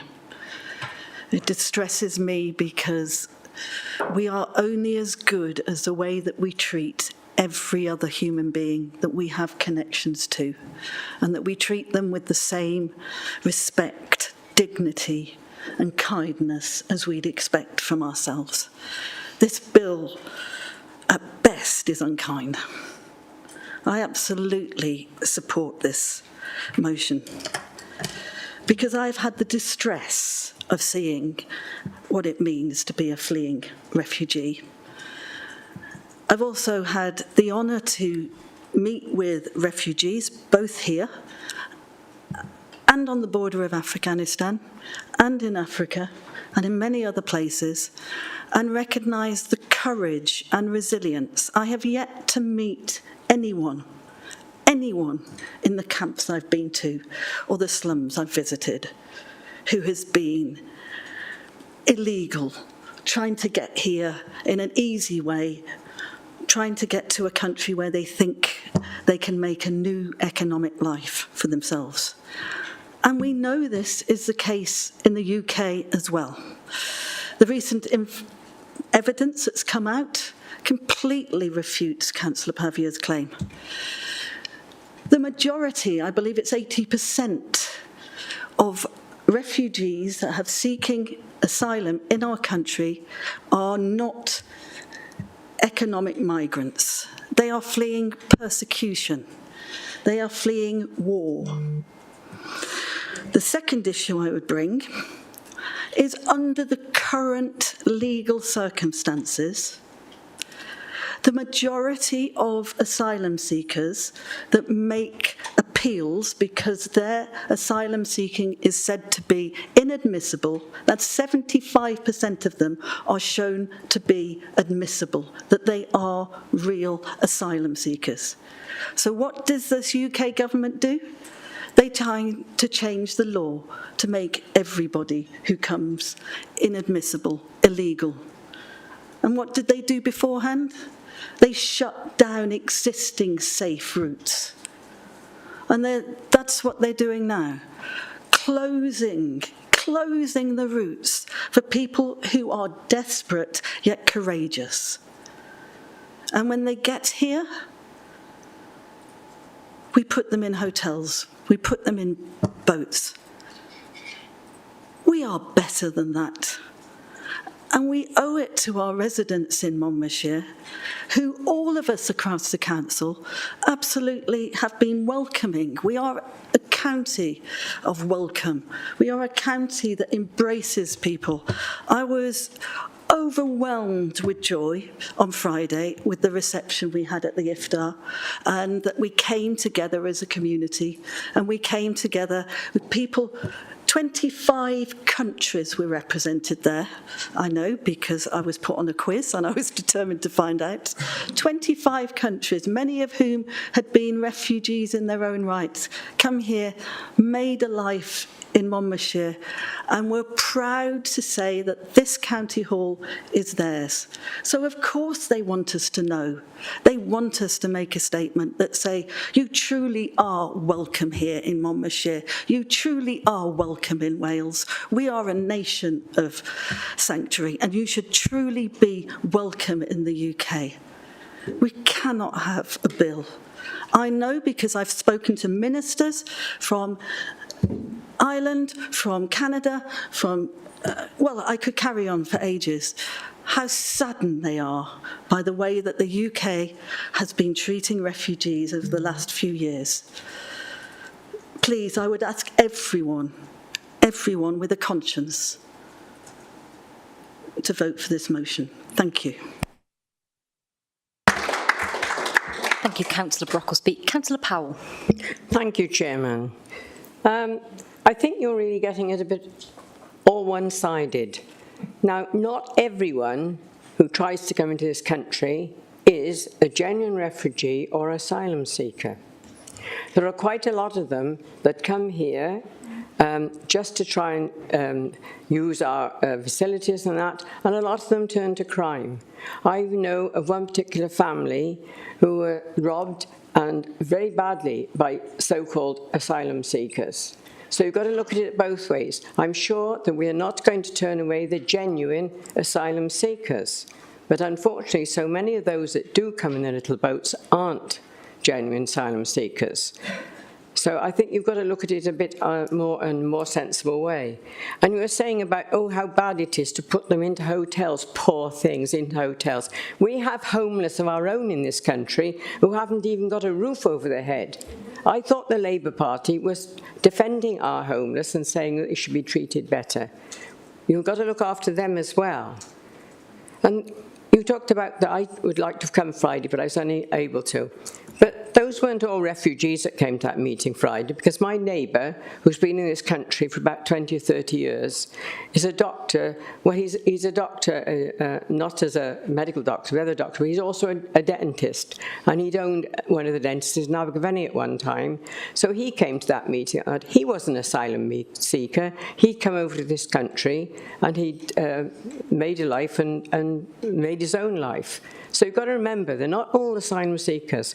So I'm sure that our party will look after asylum seekers, and they're not intending to ill-treat them. But there are people coming here who are not asylum seekers. They're coming here just to get what they can, and a lot of them turn to crime. So please think about that, and think about our poor people and our young people. In the Western Mail today, the Welsh Government was saying how they were actually funding some of those boats, and also they were giving some of the young people, when they come over, £16,000 to help them get on with their education and life. There's a lot of our young people that would love to have that money provided for them. So however much we want to look after asylum seekers, we must begin. Charity begins at home as well. So I can't support the motion. Thank you. Thank you, Councillor Powell. Councillor Griffiths. Is it? Okay, sorry, I'm just collecting my thoughts, to be honest. There is evidence on the nature of people who've been seeking asylum in Britain. It's evidence that comes out of the broken process of adjudication. I say broken because people wait years and years to have their case heard. But when their cases are heard, I believe, my memory, someone might check it for me, is that over 3/4 of those cases are approved. So the impression given in this debate that some majority of asylum seekers are merely economic migrants or in some way criminal is a provocative suggestion. It breeds divisiveness in our communities, and it is simply not borne by the facts. So I ask that all of us base our statements on the data that's available. These people are not, overwhelmingly, they are not economic migrants. Thank you. Thank you, Councillor Griffiths. Any further contributions? I don't see any, so back to you, Councillor Garrett. Thank you, Chair. I'd like to thank Councillor Edwards and Pavia for their critique, a little personal at times, but noted. Councillor John did challenge this new administration last year. He wanted to see how we would be different. We are now finding our feet. I wouldn't call this a personal gripe, Councillor Edwards. I think, as you can judge from my colleagues, fellow members, that there's a lot of concern about this policy, and we want to ensure that Monmouthshire's voice is heard in the national debate. Members of my own trade union, the PCS, were facing the instruction last year by a former Home Secretary to push back boats, which they refused to do. And every day they're at sea rescuing people, the Border Force. We've seen the RNLI demonised for rescuing people from the sea. As we talked about, the language that's been raised by certain fringes of our society. I'd like to thank Councillor Chandler's, Maybe, Sandals, Fuchs, McConnell, Strong, Garrick and Councillor Boxby and Councillor Griffiths for their support, and I commend this motion. Thank you. Thank you, Councillor Garrett. Right, councillors, we will move to a vote.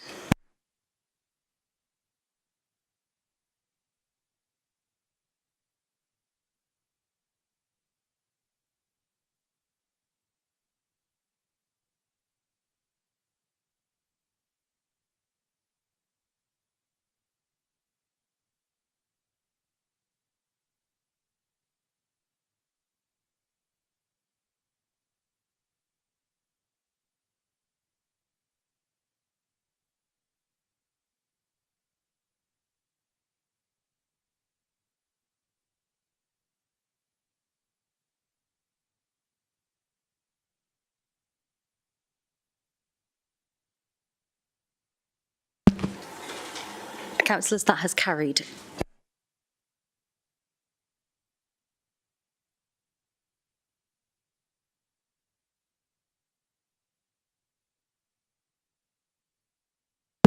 Right, councillors, we're going to move on to members' questions. First up, Councillor Chandler.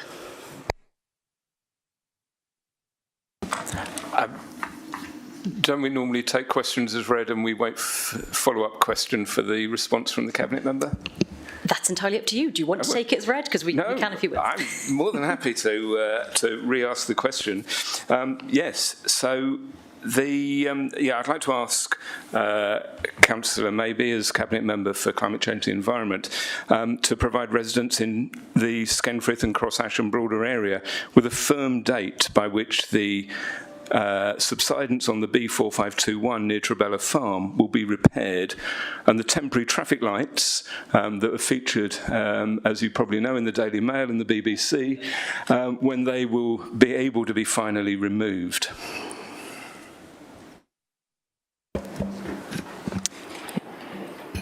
I couldn't remember if I had to put my hand up, sorry. But of course I'll answer the question.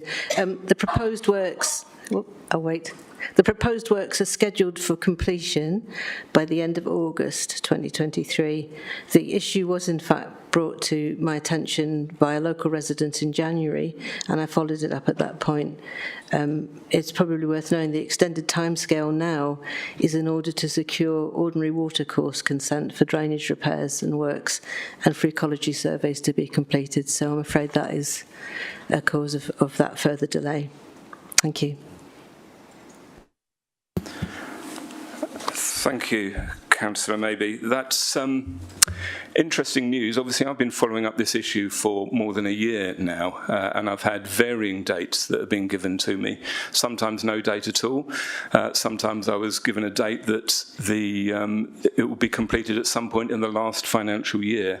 I was also told that the original problem that went back more than 5 years ago about the watercourse had actually been dealt with, and that we were just really and the plans have been developed, and we were just waiting for the green light on funding. So I'm a little bit concerned about what you've said, that that's actually different to what I've been told as the local councillor for that area. May I remind you that, of course, in the more than 5 years that those lights have been there, that has cost this council and council taxpayers over £125,000. So I suppose in my follow-up question, I'd like to know how much more money is going to be spent on those lights. I'd also like to say I think it's symptomatic, though, of this whole shocking cost has really brought the council into public disrepute. So I think we need a little bit more of a firmer answer and a firmer acknowledgement from the council about the problems that have been caused. But I think it's a symptom of a wider malaise, really. A malaise not just about the state of our roads, as shocking as they are, but about the failure of the council to keep residents properly updated on timescales and delays, and the reasons for any delays. Because I think we need to be better at our public engagement and more responsive to the concerns of our residents. So I suppose my supplementary question is to ask the Cabinet member, will she reassure residents that these repairs will take place in the timetable that she's outlined, but also will she publish to residents across the whole county the criteria by which road repairs and resurfacing decisions are made, alongside a schedule of all pending repairs and the dates that they'll be dealt with? Thank you. If I could answer some of those points, it might be helpful if Councillor Chandler asked me the question rather than the Daily Mail, and it would be easier. I'm afraid I don't read that paper, so if you ask the questions in some of those press, I won't necessarily notice them, but do come to me with any question, and I promise you I'll answer you as quickly and as honestly as I can. Can I just point of clarification there, as it relates to what I've said, is that I have asked the Council repeatedly over more than a year on this As I said to Councillor Edwards, they don't exist, so behave. I think you also mentioned that this has been going on for 5 years, and do please feel free to ask the members opposite about the first 4 years of delay, because I'm afraid I wasn't aware when I first came into this post, but I am now aware of some of these delays. Officers have been briefing me since May that there were a number of challenging projects related to our highways assets, where in addition to issues raised previously at Council regarding the condition of road surfaces, we've got various structures and bridges in need of significant investment to secure the longevity and continued use. As you know, we've discussed it a lot during the budget discussions. The budget available is inadequate, and it's a cause of very great concern. And officers have been assessing assets, and they use a black, red, amber, green rating to prioritise investment. Unfortunately, that does mean that in the case of the Trabella works, as I understand it, they were rated as amber because they weren't obviously any danger to the public. But I agree, the use of the temporary traffic lights, which then became a long-term ridiculous expense, has then raised it as something that has to be addressed. So that's the understanding I have, is that it wasn't top priority initially because it wasn't a danger. But I absolutely agree that that kind of expense is ridiculous and mustn't continue. So I've answered you to the best of my possible ability with the questions that you've given me. And do please come to me in future directly if you have a question. I would really appreciate it if you did that rather than going to the press. By all means, go to the press if you think I've dishonestly answered you, but perhaps you could start with me. Thank you. Thank you, Councillor Maybe. Back to you for your next question, Councillor Chandler. Yes, thank you. So my next question is to either councillors, either Angela Sandals or Catherine Fuchs, the Cabinet members for Equalities and Engagement. As people know, and is in the news at the moment because there are local elections taking place in our neighbouring counties in England next month. The UK government has introduced a new policy to require photo ID for both English and also UK-wide elections, which many experts, in fact the government's own research, predicts will reduce voter turnout amongst young people and those from disadvantaged communities. So can the Cabinet member give an update on plans for the Council to ensure that every eligible voter in Monmouthshire is able to cast their vote at the next UK parliamentary election, which of course could be a by-election very soon, if one was to be really optimistic, or at least a new early general election, because frankly, I think it's time we had a new election so we can actually choose who our Prime Minister is, rather than a small group of Conservative Party members. Thank you.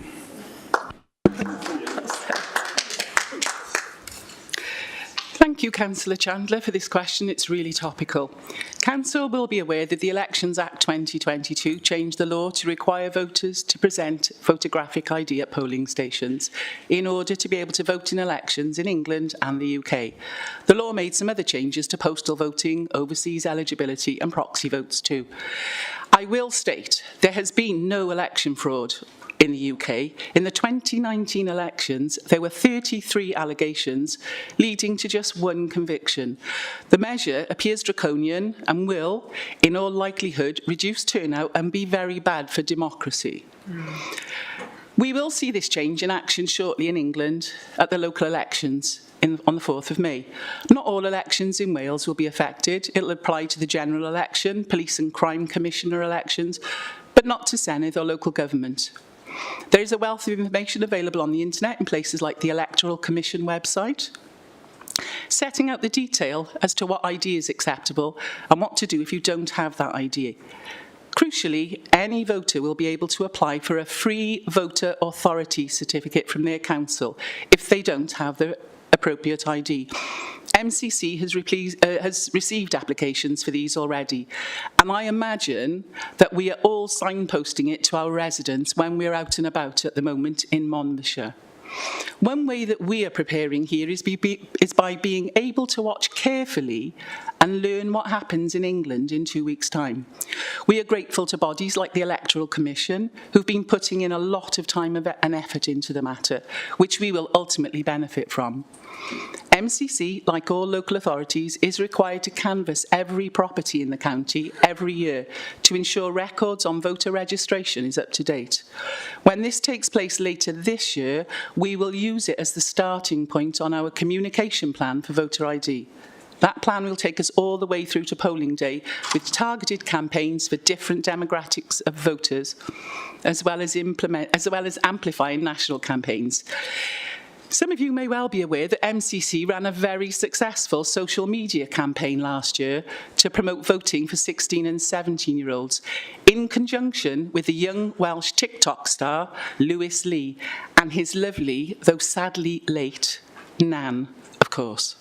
And we will, of course, continue to employ social media to its best advantage. I'm grateful to Councillor Chandler for raising this matter and would encourage everyone to keep a close eye on how the elections run in England in a fortnight. I'm confident that we'll learn the right lessons and create a campaign that extols the virtue of taking part in the democratic process and how important that it is for everyone. I'm also happy to commit to having the strategy brought into the Democratic Services Committee at a suitable point later this year. Thank you. Thank you, Councillor Sandals. And it's reassuring to hear that, because I think there are many problems with our electoral system that undermine public trust in our democracy, but the impersonation of voters is very low down on the list. And I would give an example. For example, the Electoral Commission published a report after the 2015 general election saying that the Conservative Party gained a critical advantage by breaching spending rules. But we don't see any action being taken by the government on campaign finance or on party political donations. In contrast, as the Cabinet member said, there's been almost no cases of voter impersonation, and yet the Conservative government has decided to introduce this controversial requirement for photo ID, a move that the government's own research and almost all experts predict will reduce voter turnout amongst younger voters, those with disabilities, and those from disadvantaged groups. Unlike in mainland Europe, where everybody has a mandatory ID card, in the UK, the poorer you are, the less likely you are to have ID. Government research has shown that 4% of people, that's roughly 2.1 million people, don't have a recognisable ID. And to make it worse, the government has set out rules on which ID that people do have is acceptable, which states, for example, that an older person's Oyster travel card is acceptable, but a young person's Oyster travel card is not acceptable. Chandler? Are we coming to a question? It is. It is coming to a question. So I'm saying that as this policy seems to be designed to suppress voting in those demographic groups who are least likely to vote Conservative, and that impression being reinforced if we see it alongside the parliamentary boundary reforms, which will not only reduce the number of MPs coming from Wales, but give the Conservative Party a 5 to 10 seat advantage just on existing vote share. What I want to do is ask the Cabinet member to both condemn the government's voter ID requirements and go on the record as doing that, while also promoting the take-up of voter authority certificates, which the council is obliged to issue to those people that don't have photo ID, and to promote the take-up of those voter authority certificates across Monmouthshire, especially to the young, disabled and disadvantaged voters. Thank you. I'm sorry, Councillor Chandler. Are you asking for a motion to be put forward in future? Sorry, I didn't understand it. No, I'm asking for you, as the responsible Cabinet member, to publicly condemn the government's voter ID requirements, but also, at the same time, is to take steps by promoting the voter authority certificates that the legislation says this council has to provide to people that don't have photo ID, and to promote the take-up of those certificates. Thank you, Councillor Chandler. Yes, I absolutely condemn yes, this, you know, what's going on, because, yeah, it will disenfranchise many people, and many people will turn up to the polling station and be turned away and won't come back again. So we really need to, yeah, and I do condemn it, and I'm sure the council will be with me in condemning it too. Thank you. Right, Councillor John. Thank you. For the benefit of any members of the public watching, still, I shall read the question to the Cabinet Member for Climate Change and the Environment, and I'd like to know what progress the administration's made towards delivering on its manifesto pledge to eliminate all potholes within 5 years. Thank you so much for the question, Councillor John. It's very difficult to accurately quantify progress with an ever-moving target. The trouble with potholes, there's never a time when they're all done, because new ones continue to appear. I think it's a little bit like your teeth as you get older. The work's never completely finished. However, I am reliably informed by those that work in this sector that the reduction in investment in highways maintenance over several decades across the UK, and unfortunately the impact of climate change on the highways, have indeed created a perfect storm. We're not alone in this country in facing this challenge. We're also aware that some members opposite have proactively encouraged residents to report potholes over the winter, which is a really fun game. And of course, it's incredibly helpful in identifying them, but it has made quantifying progress particularly difficult. But I'm sure what you really want to know is what we've done. So throughout the last year, we've continued with the programmes to tackle drainage and gully issues that create many of the potholes across the county, because of course prevention is better than cure. We've also increased the number of days spent on scheduled hot potholing over the previous year, while also maintaining the same levels of reported ad hoc pothole maintenance. We did listen to the concerns raised by the council in March, and we went through the budget process and have invested an additional 500,000 of capital maintenance budget to tackle the issues identified through the VACTA programme, and increase the number of areas that are being patched rather than just filling potholes.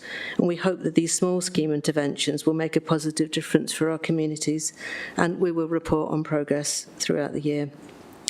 We do recognise that in pledging to tackle the issue, we need to fully understand the full scale of the problem, and it's very clear that just filling potholes is not a viable solution for long-term improvement of the network, and more comprehensive solutions are needed. So in addition to the essential repairs to potholes, the administration's continued to implement the evidence-based approach to road resurfacing programmes, which was introduced by the previous administration, ensuring that our limited budget is effectively prioritised. Unfortunately, the end of a fixed-term grant for road improvements means that that budget has been shrunk by 620,000, and which poses some very real challenges to our ability to maintain the highway network. And that's a real problem, a real concern for us, because it's essential, obviously, to all highway users, including public transport, cyclists and pedestrians. So I would hope that the Leader of the Opposition would find eliminating potholes a laudable aspiration and support us fully in our attempts to achieve it. And again, we need to work together to lobby for funding, for further funding, and to raise the funding concerned with Welsh Government, and continue to lobby for additional capital to repair our highway infrastructure and resurface our roads. And just finally to say that we will be arranging an all-member workshop to discuss and explain more the highways aspect of this work, because I think people don't necessarily always understand the differentiation between the different levels of work that's done, and hopefully that will provide an opportunity for more discussion. Thank you. Thank you, and I agree. It's a very laudable goal to want to eliminate all potholes, but I didn't hear a firm commitment that you are still committed to that pledge, which is very clear. It's in your manifesto. There will be no potholes in 5 years' time. On the point about reporting potholes, I think it's absolutely right that members should be raising awareness about the My Monmouthshire app. It's a brilliant facility where residents can report potholes. You know, potholes are really dangerous for not just for motorists, particularly for cyclists, and the more that all of us can do, particularly as local councillors, but members of the public as well, to report potholes and get them fixed more quickly. Of course, that's something we should want to do. It's not about attention seeking in any way. I'm particularly pleased that the previous administration increased the highways capacity in terms of hot filling of repairs. Because one of the frustrations for residents, particularly given that potholes are one of those very visible, maintenance of the roads is one of those very visible services that residents get from their local council. One of the frustrations, of course, is that when a pothole is cold filled and then you come back a couple of weeks later and there's a pothole there again. So what greater flexibility does the administration want to give highways engineers so they can make a more informed, evidence-based decision about how potholes should be fixed going forwards? Because we were very keen that there should be more hot filling so that we are taking a more preventative, proactive approach, and you're not getting potholes in the same places again and again, which is a massive frustration for residents. Thank you. I'm not sure if that was an additional question, but because I think I've answered the points you've made, which, yes, by the way, our manifesto didn't say there'll come a point where there are no potholes. It would be kind of mad to say that. We are filling all the potholes as they come up, but it doesn't mean there'll come a time, as I've explained. It's a kind of crazy thing to suggest that will come a time when all potholes are filled and there will be no more potholes, because they keep they keep emerging. But the other question that I think you made another question in there. I think there was hidden in that speech. There was another question which was about why we do cold fill when we should be doing road resurfacing. And I think I answered that, which we absolutely agree. I absolutely agree. We need to be doing permanent, much more permanent repairs, and we need the money to do that. We've discussed it already in the budget, and I absolutely agree. That's what we want to do, and I will do everything I can to try and get the money to do it. Thank you.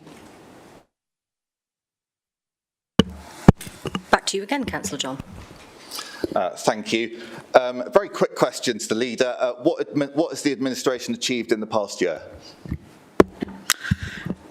It's a bit similar to the Romans, isn't it? but I don't want to keep you here to midnight, so I'll try and keep it to the highlights. Okay, I've been told by the chair I've only got a short period of time, so I'm going to romp through this. So we have distributed £379,800 in direct payments of £150 to 1,772 households across the county to disabled people and those with children in their household free school meals. We've provided period products to every single school. The Poverty Dashboard, an excellent initiative started by the last administration, is now up and running, allowing us to see in real time the statistics on poverty, homelessness, number of referrals for housing, numbers on universal credit, etc. We have held cost of living summits in every town to ensure all community groups are joined up and have the support they need. We have supported the setting up of 17 warm hubs across the county to perform a warm space, free drinks, and in some case warm food too, that can support our residents every day of the week. We've worked with Welsh Government to help hundreds of Ukrainians to flee the war, as well as providing initial accommodation serving the whole of Wales. We have 132 people currently living with hosts in Monmouthshire and have helped 88 people to find homes in the country. This is double the number we're expected to accommodate. We welcome the Monmouthshire Muslim Association to County Hall and hosted an iftar event here in this chamber, the first time that that's been done, and it builds on the recognition given to MMCA by the previous administration. We appointed our first LGBTQI+ champion, and we are well down the line to become a county of sanctuary. We've delivered summer play provision. Over 11,599 children were supported, including 620 children with diverse needs. The schemes also served over 4,296 meals to young people that were largely cooked on the premises. In social care, between June 2022 and March 2023, we reduced the number of hours of unmet need in social care by a third, from around 1,500 to 1,000, and we track that every 2 weeks. We've overseen an incredibly successful recruitment campaign for foster carers, which will help us reduce our reliance on costly agency foster carers. The waiting time for disabled adaptations has reduced by 24%, from 350 days to 266 days for completed cases, with an average waiting time for open cases reduced by 37, and from 259 days to 163 days. I'll pause by there to say this is largely because we have moved from the crisis mode that we were in response to COVID to early intervention and prevention, and that's been working since late May to June. In housing and homelessness, we've produced and approved a rapid rehousing plan. This is now being implemented with the aim of making homelessness brief, rare and unrepeated. Despite the challenges and rising costs, staff has ensured that anyone who presents as homeless is offered a roof over their head. Of course, as we said in the community and corporate plan, we recognise that far more homes are needed. The Caldecott School site has been allocated for 100 affordable housing and has received planning approval, the first time in the county. This will take a while to build, and in the meantime, we've begun the process of purchasing properties for temporary accommodation. We've also increased social housing grant programme grants, spending from 1.2 million to 5.1 million, and have already seen an increase in the number of affordable homes provided. In education, we have created a coherent inclusion service to support our most vulnerable learners. Working with our school-based practitioners, this service is evidence-based and supports children with a range of needs. I welcome the Minister of Education and the Welsh Language to Abergavenny on Tuesday to sign the steel of the new old-age school. This joint project with Welsh Government will create an innovative net zero carbon learning environment for future generations. We are seeking to promote and develop our Welsh language provision with a new satellite class opening in September in Monmouth, and our consultation on the seating school is now live and closes on the 15th of May. On transport infrastructure, including buses and active travel, we have secured Welsh Government active travel funding of 3.4 million for the financial year 22 to 23, with the aim of reducing everyday car journeys and making walking, cycling and wheeling the easiest options. We know that many of our population are dependent on public transport. Councillor, you're going to need to finish. Well, DCAT, I've got so much, and you're stopping me. This is really not fair, Chair. I could hand it over to you so you can just enjoy how well our council is doing. Now, aren't you glad you got thrown out? Well, I wasn't sure you'd finished because I didn't hear a round of applause. Oh, here we go. So this is obviously the new Labour group policy that we clap like seals whenever anyone speaks. We cut and pasted your values. One of them was kindness, Richard John. So basically, we heard a list of you piggybacking on the work of the nearly 4,000 officers that the council employs, and projects that many of which were shovel-ready when you took office, like the Abergavenny School that you voted against when you were running the town council, was it last year or the year before the consultation took place. I heard you mention the number of some of the Welsh Government visits you've had, and I think ministers have been falling over themselves to come and visit you since May. It was interesting that we didn't get many visits last year. In fact, I don't think we had a single one. But I heard a lot of projects that were initiated under the previous administration that you've taken the credit for, like the Monmouth Welsh Medium School, the play provision that's been taking place annually, the support for Ukraine that we've provided. We've done more than any other local authority in Wales. I've also seen some of you taking credit for accepting awards for a lot of the work that the previous administration delivered. I mean, we were delighted actually to see the council awarded the Employer of the Year award at the Welsh Veterans Awards that Councillor Strong accepted on behalf of the council. Again, another example of the fantastic work that was already underway, but pleased that you support it and you're going to continue it. But it does feel like there are some big strategic projects that where you've been kicking the can down the road. There were a number of big strategic issues that need to be addressed. We did have the debate on the, we did begin the LDP, or continue the LDP process last year, and we're pleased that that's underway. But there are some really big issues that have been postponed. So the car parking review, for instance, you're committed to doing a review of school transport later this year. That's been delayed. The school catchment review has been delayed. Last year in Cabinet, in the June meeting, I think it was, you promised it was going to start in the autumn. It still hasn't started yet. So when's that going to start? So when are you going to stop kicking the can down the road on some of these big issues? Because it takes time to deliver to deliver structural change in an organisation like this. So when are we going to stop kicking the can down the road?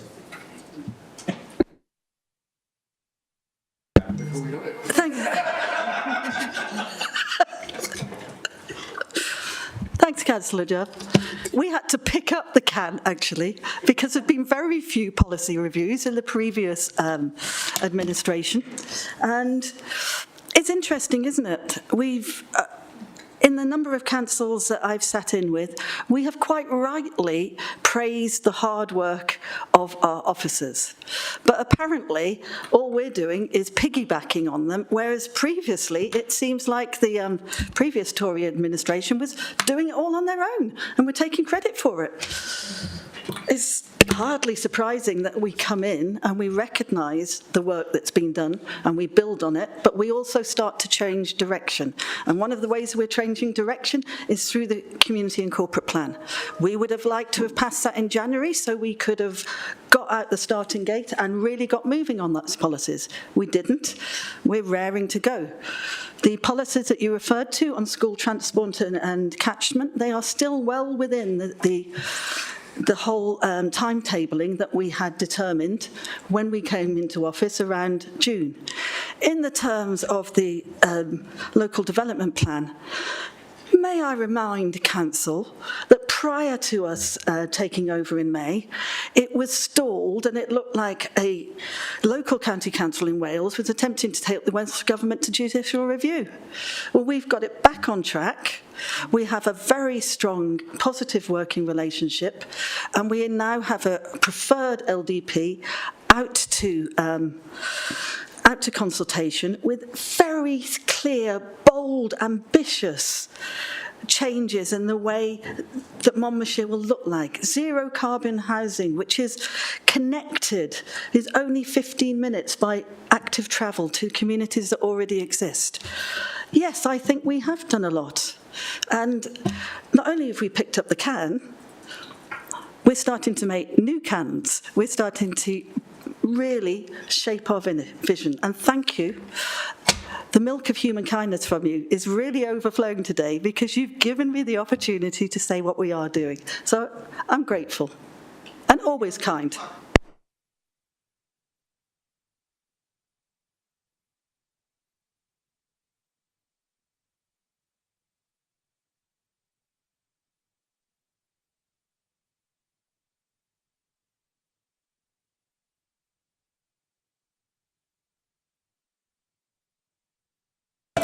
Okay. Next question. Councillor Brown. Thank you, Chair. My question is to the Cabinet Member for Education. Can the Cabinet Member give a commitment that the new 3 to 19 school in Abergavenny will have single-sex toilets for all years? Thank you. Thank you, Chair, and thank you, Councillor Brown. I bet an answer on toilets doesn't get much clap at the end of this, but I'd be tempted just to say yes, but I suspect that would lead to an immediate follow-up question. So let me be a bit wider in my explanation. We have undertaken detailed consultation with the pupils of the current schools who will become the pupils of the new school. So we've spoken to pupils at Derry View at the primary phase, and we've spoken to pupils in King Henry VIII Comprehensive School. they came up with different answers as to what they wanted, and their views have been taken fully into account. So that in the primary phase, up to the age of 11, the plan is that there will be single-sex toilets only. The secondary school pupils came up with a rather more refined view of what they would like to see in their facilities, and that is that there will be single-sex toilets on every floor in the school, but there will also be just toilets that will not discriminate between boys, girls, and indeed those who see themselves as neither. And it was interesting in the discussion that the non-binary voice was heard. So we're in a situation where at secondary level, each floor of the school will have 3 toilets, 1 boys, 1 girls, 1 for both. The doors in these toilets will be floor to ceiling. So none of the problems that are often associated with toilet blocks will be a problem there. There will be no urinals for the boys in any toilet in the school. So actually, the governors and leadership of the school could just change week on week, as it were, how they wanted to use the toilet facilities. But it means that we have listened to the student voice. The students are getting what they asked for. And I think that it's an example of how the school is off to a great start and a thoughtful start. And I'm very pleased that I can give you that answer this afternoon. Thank you. Thank you for that answer. I think I would have tempted to just say yes for all years, for all schools. Obviously, it's up to the county council if they have both single-sex toilets and unisex disabled one, but there does need to be both. Press reports last month and recently show how it does not work to have just unisex toilets in schools. A teenage girl in a Coventry school was injured when the door was being kicked in by a boy in a unisex toilet. The girl in question was reported to have received detention for going to lessons late so that she could go to the toilet in safety when classes started. Safeguarding measures such as floor-to-ceiling lockable doors and staff supervision at breaks and lunch times did not appear to prevent this happening. Also in Mountain Ash Comprehensive School, 34 pupils were reported to be suspended for antisocial behaviour in relation to a protest against unisex toilets. The press reports alleges that the girls did not feel safe to change Councillor sanitary. Brown, is this a question? Yes, I'm coming to that. Sorry, sanitary products, which is important for period dignity, and the boys avoided using the toilet to avoid any allegations against them. I mean, I think one of the things I would like to know is you've mentioned that the student voice was consulted with. What about the parents, the head teachers, the teachers and the governors of the schools? And also, I am concerned about saying, primary age up to 11 will not have single-sex toilets because of the fact that obviously, in terms of period dignity, different girls menstruate at different times. So really, I think Come on, where's your question? current reply is lacking, and I'd like to seek the assurance that you gave initially and that there'll be fuller consultation on this issue. Thank you. Thank you, Councillor Brown. I note you called for brevity. I don't know what else to say, really, other than that the consultation has obviously involved adults as well as the children. In all of the girls' toilets, which would include, as I say, the primary age, the upper year 6 particularly, I guess, and all of the girls and non-gender specific toilets in the secondary phase will have bins for sanitary products.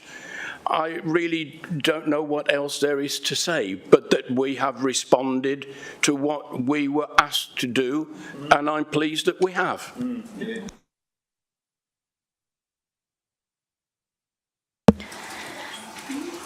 Councillor Edwards. Oh, thank you, Chair. Personally, I would see the clapping as for yourself, if you like, for another well-chaired meeting. I'm a great believer as well in reading out the question. After all, this is about local matters that we try to resolve. Where was the... Can I got a quick question to yourself, though? I mean, I can understand that the clapping is encouraged and okay, but what about moaning and constantly talking over people when they're talking? I have tried to rein in whinging, grumbling and chunnering, a bit of chunnering, but, you know, I'm not all powerful, sadly. Thank you, Chair. Now, a traveller community recently encamped in Chepstow Leisure Centre car park on 2 occasions in a matter of 6 weeks. As you'll be aware, this is the car park that also adjoins Chepstow School. This has caused disruption for residents, businesses, the school, leisure centre, not to mention the extra work for council staff and the police. Can the Cabinet member explain what options the council will be taking in the future to prevent this crucial and busy Chepstow car park used by residents, parents, children, leisure centre users and tourists from being used and abused in this way? There are authorised traveller sites in Monmouthshire. However, Chepstow has been seen at the moment as an easy target and council facilities mistreated, with residents also unable to take full advantage of the services they come to expect from a council.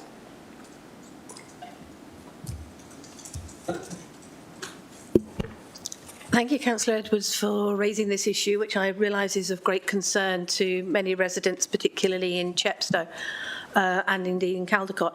I entirely agree that it is undesirable for the leisure centre sites and public car parks to be used for unauthorised encampments in this way that has happened on several occasions this year. And I agree that in this most recent case, residents and visitors were unable to use most of the car park for several days during the Easter school holidays, as it was blocked by a number of vehicles and trailers occupied by a group of families, including a number of young children. But while some residents may have been put off using the leisure centre or found it less convenient than usual, the facilities did remain open, and I think we should give due credit to the MonLive staff who managed the site with their usual professionalism, serving both their local and their traveller customers, and I do say customers because they did pay for their showers, with respect and consideration in what was a difficult situation. But there is a misapprehension in your question, Councillor Edwards. There are no authorised traveller sites in Monmouthshire which are available to groups of travellers who are visiting or passing through. There are a few private sites which families have bought and provided for their own use, which have received planning permission, but there are none provided by the council and no transit site on the M4 corridor in South Wales. So just as we cannot solve our homelessness problem by sending homeless people to your spare bedroom or indeed anywhere else on private property, we cannot direct travellers passing through to these private sites. I am told that it's also unlikely that a large group of travellers would have been welcome on any of the holiday caravan sites that are available locally. I know that many members here have attended the recent seminar run by Travelling Ahead and are aware that Gypsy and traveller people are some of the most discriminated against in the UK, and that life has become increasingly difficult for people who keep up that traditional traveller lifestyle of migration from place to place as a large extended family. And there are very few places that they can stop legally. So the guidance from Welsh Government to MCC is clear that when an unauthorised encampment takes place, while we may want to move the occupiers off the site and be under pressure from residents to do so, our first duty is the welfare of the children and of any vulnerable adults to ensure that they have access to water, to refuse collection, toilets and washing facilities for health and hygiene, and that we go through the legal process in requiring them to relocate if required. So when travellers arrive and occupy MCC land, such as the car park, environmental health colleagues undertake the site welfare assessment and ask their intentions, and then liaise with the landlord, which is MonLife in the leisure centres, highways in car parks, etc., to seek their removal if needed, along with MCC legal services. There is a well-worn protocol for dealing with illegal encampments, which adheres to the Welsh Government guidance and covers all such eventualities, including guidance on when travellers arrive in private land. So in normal circumstances, environmental health colleagues would look to serve a direction order, and that, I understand, is what happened. Obviously, there is a risk that if we move people from one site, they may then occupy a site that is even less suitable, and that we have to start again. I think it's worth us reviewing that 2015 Councillor protocol. Birch, are we drawing to a close? Sorry, yes. So you wanted to know about barriers, if I may, and that is difficult because our leisure centre car parks are used by walkers and caravanners and have to remain open for school deliveries. So there are practical problems in solving the problem in that way. And more generally, if we put height barriers on the car parks across the county to prevent unauthorised encampments, we also put off the many tourists who travel through the county in caravans and motorhomes. So in summary, we'll look at where the barriers are appropriate, we'll push for the development of a regional transit site in the M4 corridor and bring forward sites for permanent pitches for local traveller families, and we'll review the protocol established in 2015 to ensure it remains fit for purpose. Sorry, Chair. I told you I'd prepared a thorough answer. Thank you, Councillor Birch, for your response. Yes, I was referring to the privately owned sites. I didn't mention barriers, but I'm glad you did, because that was obviously one of the options that I was thinking of. I'm pleased to say that officers had already started to think of possible improvements since I joined them for a case conference meeting at the time of those unfortunate events. I'm hoping this will be placed on more of a formal setting for discussion and formulating a solution for improvements that you've obviously started to mention, and I'd be gladly happy to be part of those discussions with your blessing. We must remind ourselves, though, that as an administration, you have a duty of care to residents, to the school, to council staff, to ensure this doesn't happen again in this way. Just to concentrate the mind, the following are a flavour of some of those incidents.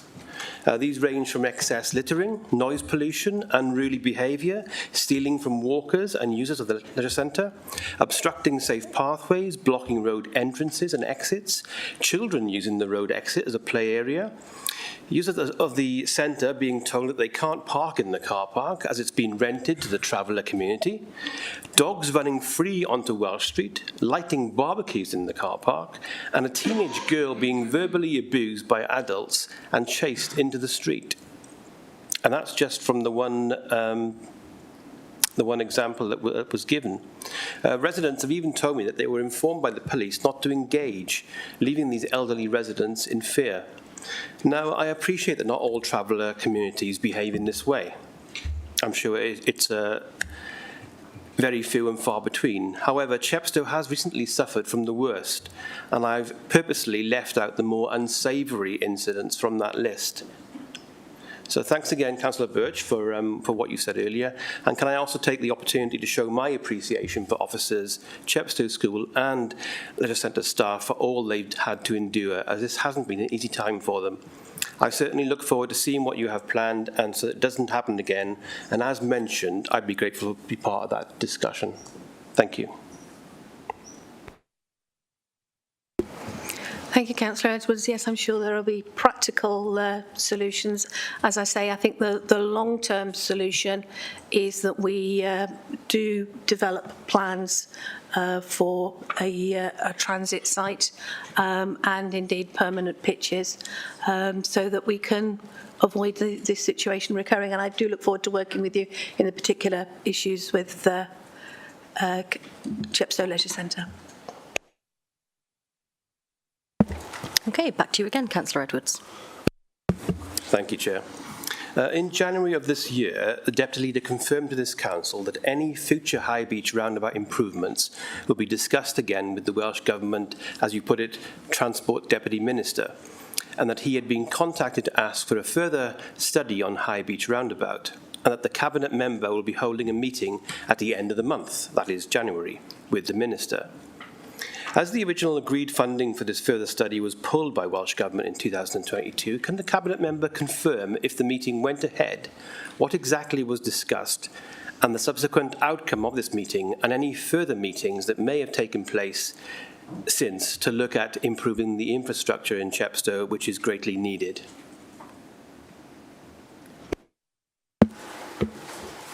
Thanks very much, Councillor Edwards, for the question. The Leader and I met with the Welsh Government's Minister for Climate Change, Julie James, in Bulwark, Chepstow in January. We pressed the case for the next stage of funded design for the High Beach roundabout. And we've been equally pressing the case directly with the Deputy Minister for Transport.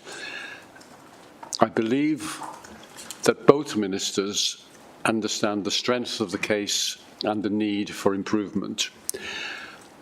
Picking up a point in the question, I've seen no record of any previous agreement to fund this study. Indeed, what I found is that there is an obstacle that we need to overcome, in that the road junction has never appeared in the Welsh Government's National Transport Delivery Plan. Notwithstanding that, the Deputy Minister for Transport has offered to meet again. The phrase I was used this morning was has offered to meet again in the next few weeks. He'll meet again members of our cabinet in the County Council, and we will discuss how various obstacles to achieving their objective and our objective of funding the design for this roundabout can be overcome. The Minister has made it clear, or both Ministers have made it clear, that they want to find the path to make progress on this. I thank Councillor Edwards for the question. I forward these questions to our contacts in Welsh Government. They add to the pressure, and I will keep the Council informed of progress that we make. Thank you, Councillor Griffiths. I didn't have much of a plan for a follow-up question. I must admit, I had high hopes for a sort of more positive announcement than that for this financial year, and so had Councillor Pavia and Councillor Brown as well. I wonder, though, if you could do me and the residents of Chepstow a very small favour. But firstly, going back to what Councillor Brown said in January, I understand that as a supplementary question in January, Councillor Brown asked that all correspondence between Council and Welsh ministers are included in the publicly available evidence for the RLDP, and you agreed to do so. Please, can you confirm if this has been done, and if not, when can it be done? But back to my little small favour. Funnily enough, you actually mentioned it in your response, because I understand that Minister Lee Waters' boss in the Welsh Government, Julie James, was in Chepstow in January, visiting some new housing there, I think, from Monmouthshire Housing Association. And obviously he's got to see what Chepstow had to offer, and no doubt witness firsthand what it's like being driven to drive through Chepstow, perhaps in a ministerial car, who knows. But obviously she got to the event and had some thoughts and frustrations herself, and I hope she understands that fully. And obviously you mentioned about Minister Waters, who's due to visit Monmouthshire next month, I believe. And sadly, not in Chepstow, but in another part of the county. So I know that residents and Chepstow councillors will be very grateful if you could convince him to be driven through Chepstow that day, just to get a flavour of what residents have to endure on a daily basis, not just once in a blue moon. Thank you.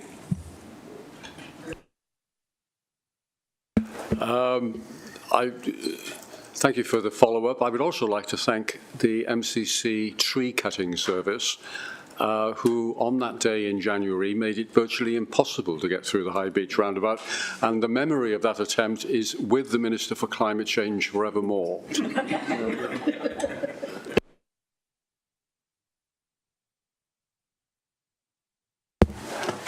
Well, councillors, that concludes our business for today, and I'm sure we all had fun with it. Councillor Wright, can I just say something? Indeed. I just wanted to mark that this is your last full council, and on behalf of the whole council, just to say, and for those of you who don't like clapping, just wave your hands. But I'd just like to say we all have in many occasions just remarked on the robustness of your chairing and the non-partisanship and your good humour and kindness. So thank you, and we look forward to a new chair in a new year in May. But thank you very much.